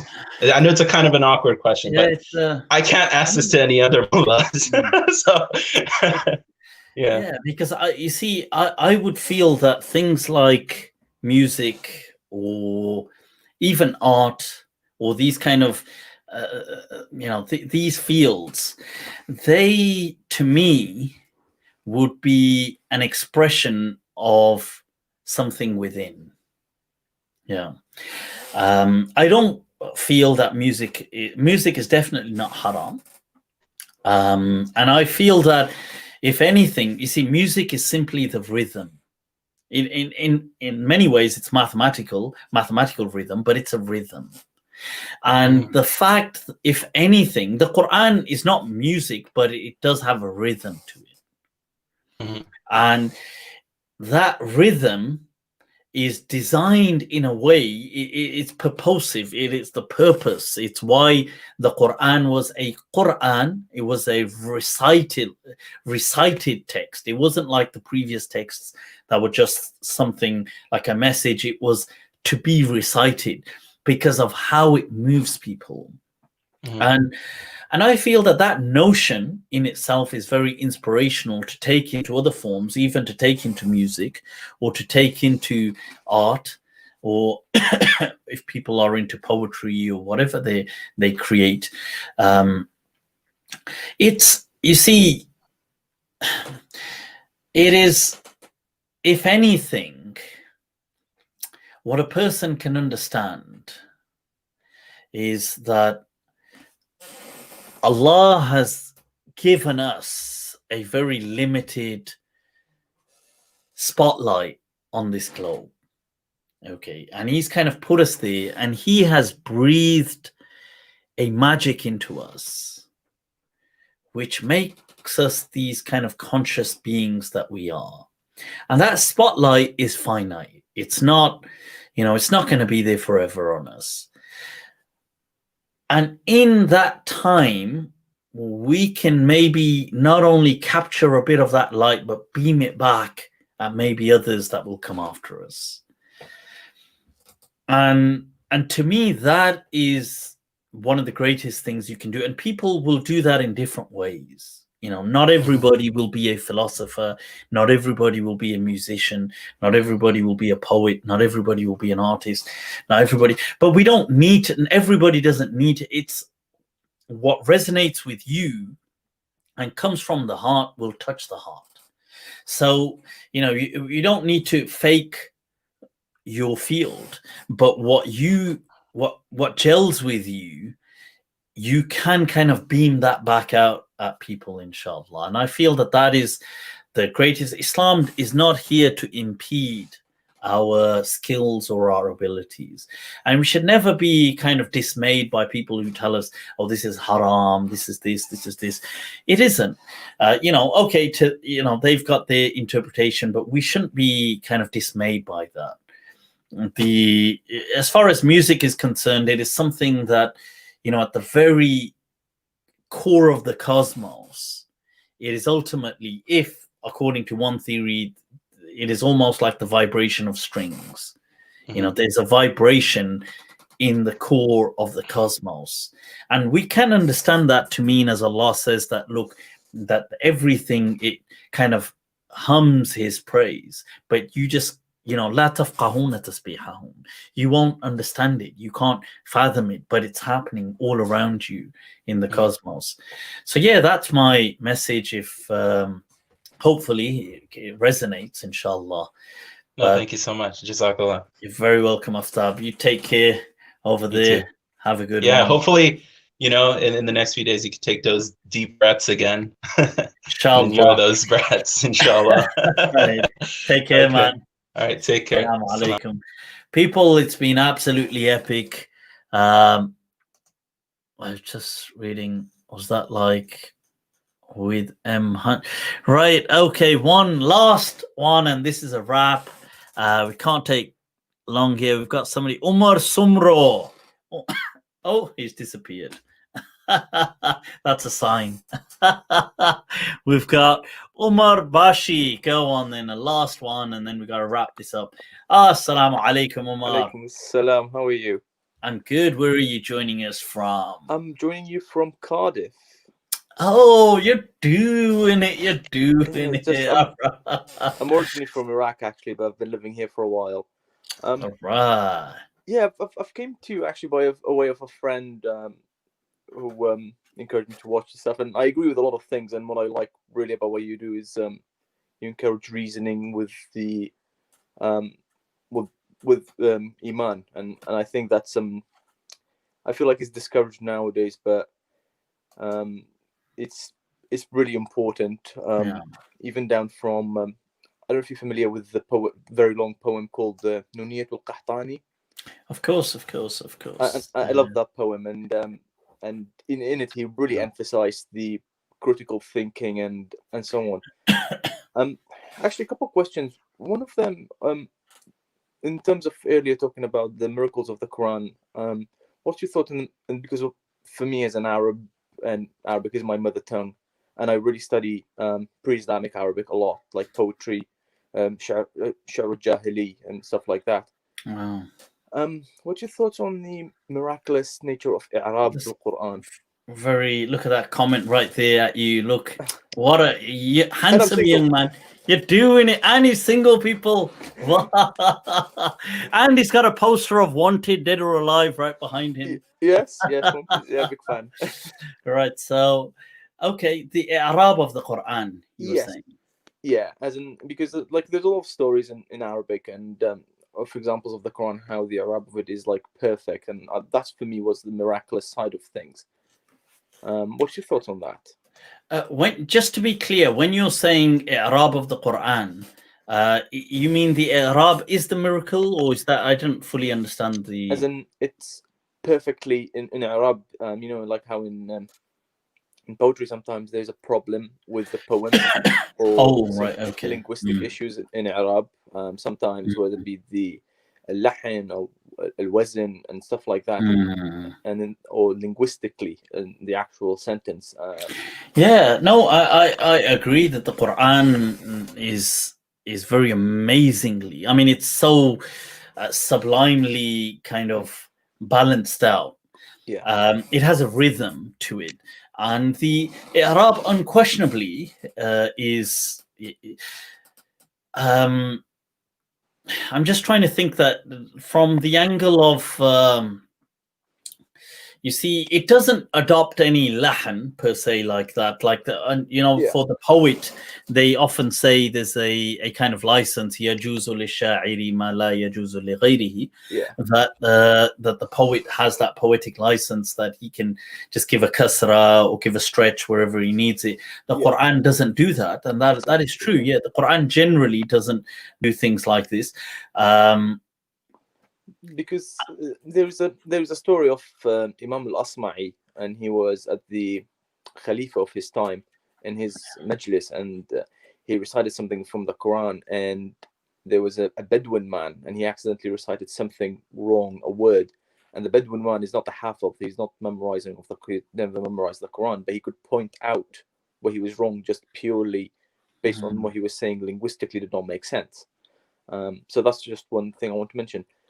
I'm just trying to read here. Just yeah. So that's the one thing I want to ask you about. I mean, I agree. The only thing could be that I don't know if we could prove the miracle nature by just saying, as an objective form, by saying, look, it's got, because of its i'rab, the i'rab is the voweling. Because people might say, well, obviously the Quran is 1400 years old. So people back then would have spoken that high Arabic. So it would be expected that the Arabic would match that. Some people could. This is a little. I don't obviously agree with some of the Basriin. They used to overdo it, but some of the Basriin did find Arab issues with some of the riwayat of the Quran. So Abu Uthman al-Mazini was one of the kind of mutashaddid Basriin.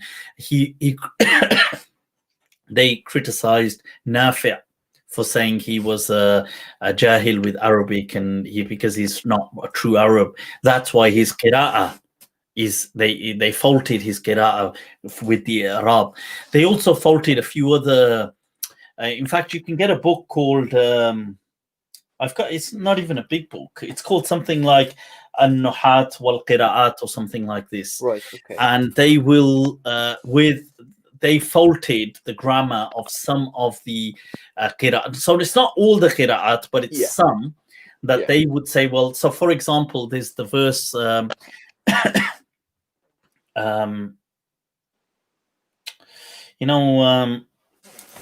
verse about لقتل أولادهم no, what is it? لقتل أولادهم شركائهم. But it's done as in one of the riwayat as لقتل أولادهم شركائهم, something like that, where you basically, well, what happens is you get you split a mudaf ilay and put the object in the middle. Right. Yeah. And so the Basriin are dead against that. Right. They say that that shouldn't be allowed but in one of the qira'at it is like that. Okay. So I can't remember whether it's which qira'ah it is. It might be Hamza's or it might be whose qira'ah it is. But they fault that qira'ah, and they say that this is a false Arabic, like they've got it wrong. Now, so I think they have been at some grammarians have gone against some of the Arab, but it's not every Arab, but some of the variant readings, they have tried to critique them. They've tried to say that Nafi' was a non-Arab, he was an Ajam, what did he know about Arabic, and stuff like that. But I agree with you, for generally speaking, like the way we have the Quran, the popular Hafs and Asim, they didn't generally I'm not generally aware of them critiquing the Arab in this riwayah. I have another question for you, actually, and that is kind of my mom always encourages me to pray and have a go before not praying 5 times a day and so on. And my kind of faith base for it is obviously during the Prophet time, the Sahaba used to pray mixed, like male and female, and nowadays is separate. So kind of puts it in my head of, well, how do we know if such a fundamental thing of prayer has been changed? How do we know the rest is accurate? And what's your thought on that of the prayer being different than to what it was during the Prophet time? You mean the actions were different? No, as in they would, how if you go to the mosque, men and women are separated during the prayer, but during the Prophet's time, they would actually pray in the same room. Yeah, but what would the question be? So, what's your thoughts on the nature of the change of the prayer? What happened between the change of the prayer from being mixed to being separated, and how would you say you think of the change of the prayer? So I don't think the salah in its actions, phenomenologically, I don't think it's really much different from how the Prophet prayed. Maybe some variants have some ijtihad in one, two little things, like did the Prophet move the finger like this? Did he move it like this? But I don't think in the phenomenological entity of Salah, it really differed much from how we pray today to how the Prophet prayed, sallallahu alaihi wasallam. But I feel that the things like there was a naturalness to the Salah that may be different. I think they would have probably been much more natural with the prayer.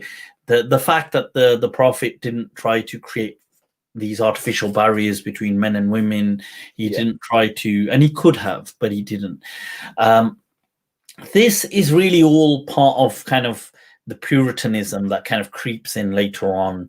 People, you know, the institutionalization, but also this Puritanist aspect, like, you know, oh, people are all filthy, full of desires, you know, let's, you know, this kind of, well, if the Prophet was here today, he would have done it. You know, that's built on that argument that, okay, we know he didn't do it, but he doesn't know, like, obviously he had better people around him. We today are the filth of the filth.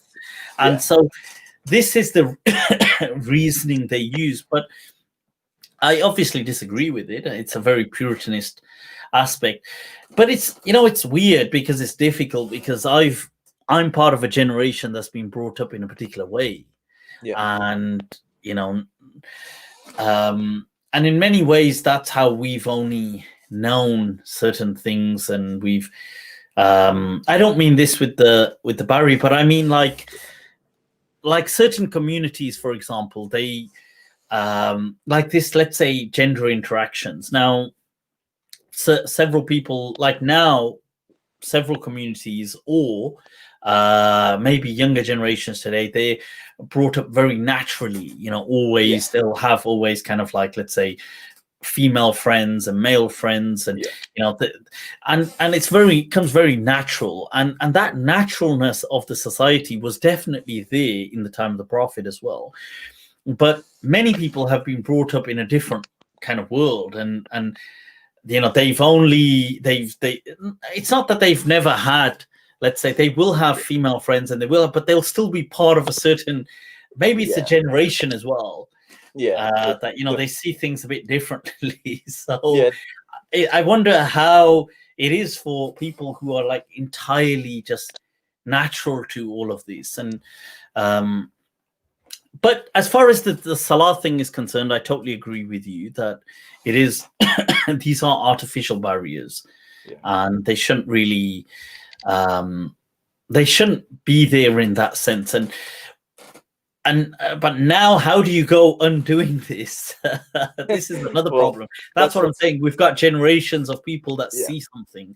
How do you just undo it? People, because I do believe like it's kind of we're going through kind of like a Reformation period for Islam at the moment, and Brother Aslan speaks about that in details. Okay, and it is to do with the changing, you know, globalization, the internet, and so on, and the change in the nature of the religion, I suppose. But actually, another question is, what's your thoughts on Jesus' death in the Quran then? Because you kind of say, actually, I'm not 100% sure what's your thoughts on it, but my friend was telling me you have a peculiar thought on it, and I would like to hear from you, because I've said that my understanding of Jesus in the Quran is that the Quran highlights that they didn't successfully crucify Jesus. But I feel that they did that it was Jesus they put on the cross. But it was because it was such a rush job, he didn't die. So they didn't kill him. And when it says that وَمَا صَلَبُوهُ, they didn't crucify him, it means successfully crucify him. Right. Okay. So that's and to be fair, even the Christian kind of narrative shows that they you know, it was a rush job, and they tried to puncture his lungs to check is he dead or not, because, you know, he's only been there a couple of hours, whereas normally people are left there for days. So that's my understanding. So I suppose And where Allah says, وَلَكِنْ شُبِّهَ لَهُمْ, this شُبِّهَ لَهُمْ, I would say شُبِّهَ لَهُمْ قَتْلُهُ. Right. Okay. Yeah. Where people might say شُبِّهَ لَهُمْ al-Masih. Right. Yeah. But so some people think somebody got, like transformed into Jesus, a Roman, and they hung the Roman instead. And I don't makes think no that, sense. yeah, It doesn't. to I don't me know, like, that what. doesn't.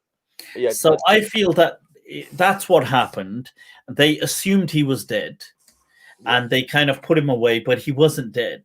And then he does disappear. Now, where does he go? Right. This is the question. I mean, even Christians, nobody seems to know where Jesus goes. Yeah. So that is a question mark. But then I would say, look, in many ways, there's many things about prophets that were just at a certain point or historical people that are just unknown. Even Jesus, before he comes to Jerusalem, is pretty much unknown about him. Yeah. So yeah, nothing known about like there's not a lot known about where he was born or so on. Or even if they say about where he's born, but his upbringing, it's all missing. Yeah. Yeah. And one last question. Go for it. Then we'll wrap this up. Yeah, I do apologize. This actually just came to mind. In the Quran statement about the shuhub, and what's the, not comet, but the shooting stars, if you will. Mm-hmm. And it says it is to repel jinn who are eavesdropping on the heavens. And obviously nowadays we know that is just pretty much space junk burning through the atmosphere. Yeah, I don't. What's your thoughts on that? You see, I have got a video explaining that, by the way. Right. So it's not. So it depends which verse we're referring to, because I know it's mentioned in a few, but I've explained those verses. So when Allah says "Zayyana as-samaa ad-dunya bimasabih," that rujuman lishayatin, that I've said here, this rujuman is not speaking about like rajam as in rajam, but it's speaking about takhminan lishayatin, that people use it to kind of, like they say, rajman bil ghaib. Yeah. So a person takes a guess, and it's that people use the stars to kind of guess stuff. Yeah. And it's rajman bil ghaib, but it's lishayatin. It can, in the hands of the wrong people, it can cause a lot of superstition. Right. So that's how I've explained that verse, that rujuman lishayatin, that it is. There's another verse which is on a similar note. Yeah, there is. I can't think off the top of my head. But I have explained, and but I've given another. There's another one as well where somebody. You see, I am explaining that, but I suppose if you watch the actual verse, I'll go into it in detail. But where I do explain that, look, there are certain times the Quran may personify certain, like it may personify, let's say, harm as a negative force, or certain things like, so for example, the winds, or these things that you may get, just it may kind of ascribe a personification to it. Yeah. But it doesn't mean that it's real. So it may describe something as a negative force. This is like a storm, like the way we might see a storm as something evil. But really it's not evil, it's just neutral. It's nature. But to us it's evil because of the harms that we associate with it. And the Quran may pick up on some of that language and deploy it at times. So it doesn't mean that it's actual, that these things are actually evil, but it's just referring to it in a certain language, because the force may bring harm at certain times. But cool, Omar, no, thank you so much for wrap that up. Shukran, it's been a pleasure. When my mind for so long. Thank you very much. Thank you for what you do as well. Thank you very much for what you do. It's fantastic. It's a relief. Shukran, I appreciate your kind words, man. Have a happy new year. Have a happy new year. Thank you for Shukran, having me. likewise. Shukran jazeelan. Take care, man. Ma'as-salama. All right, Omar. As-salama. Guys, let's wrap this up. We've gone on way too long. Right, I think I need to get myself a drink or something. Guys, take care of yourselves wherever you are. Have an awesome new year. May Allah bless this year for everyone. I mean, there's nothing wrong, by the way, in saying, you know, Happy New Year and things like this. These are not things of religion. These are just social customs and etiquettes and conventions.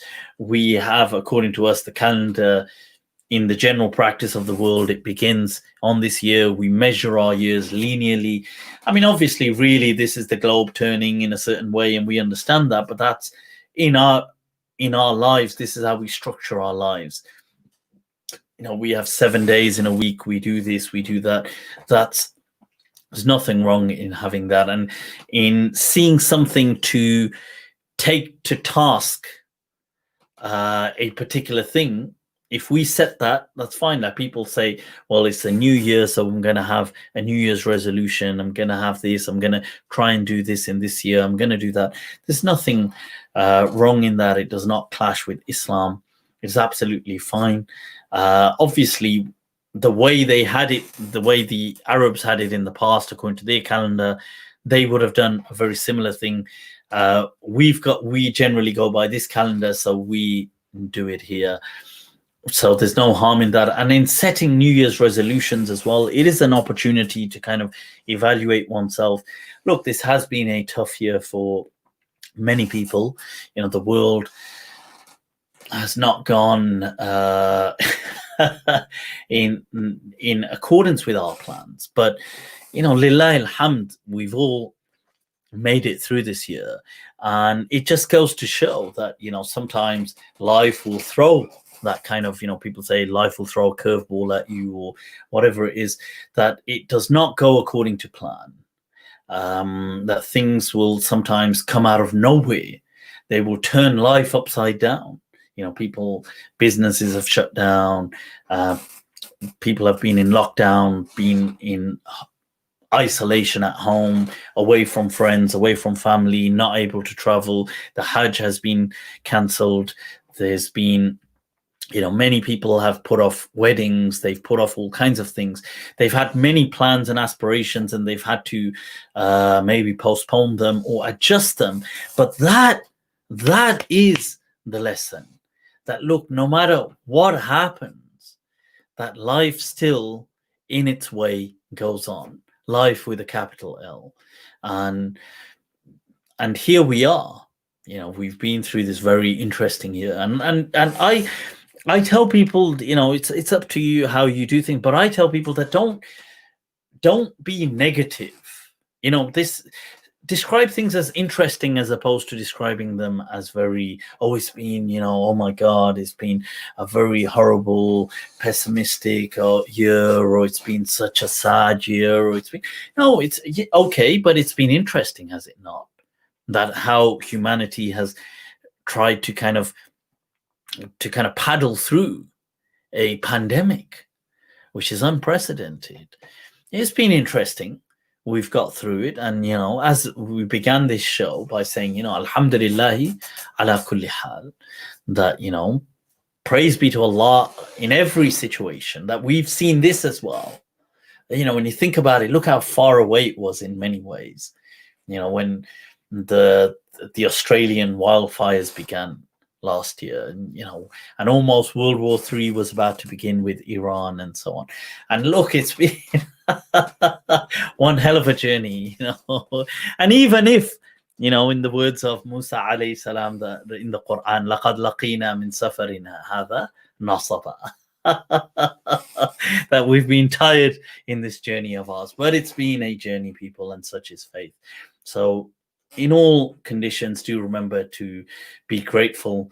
There's many things to be grateful about. You're still smiling, you're still laughing, no matter what condition you're in. And it's not over till it's over. So take very good care of yourselves. I'll see you all very soon. Mis Patreoncitos, my Patreons, those of you on Patreon, I will be doing catching up our private sessions in these coming days. I've been kind of KO'd these past 2 weeks, 2-3 weeks, but I'm looking forward to catching up with all of you guys. Those of you that do want to show your extra love and support, you can head over to Patreon and express it there. Other than that, do share this live, do like, do subscribe, click the notification bell, and take very good care of yourselves. Wassalamu alaikum wa rahmatullahi ta'ala wa barakatuh.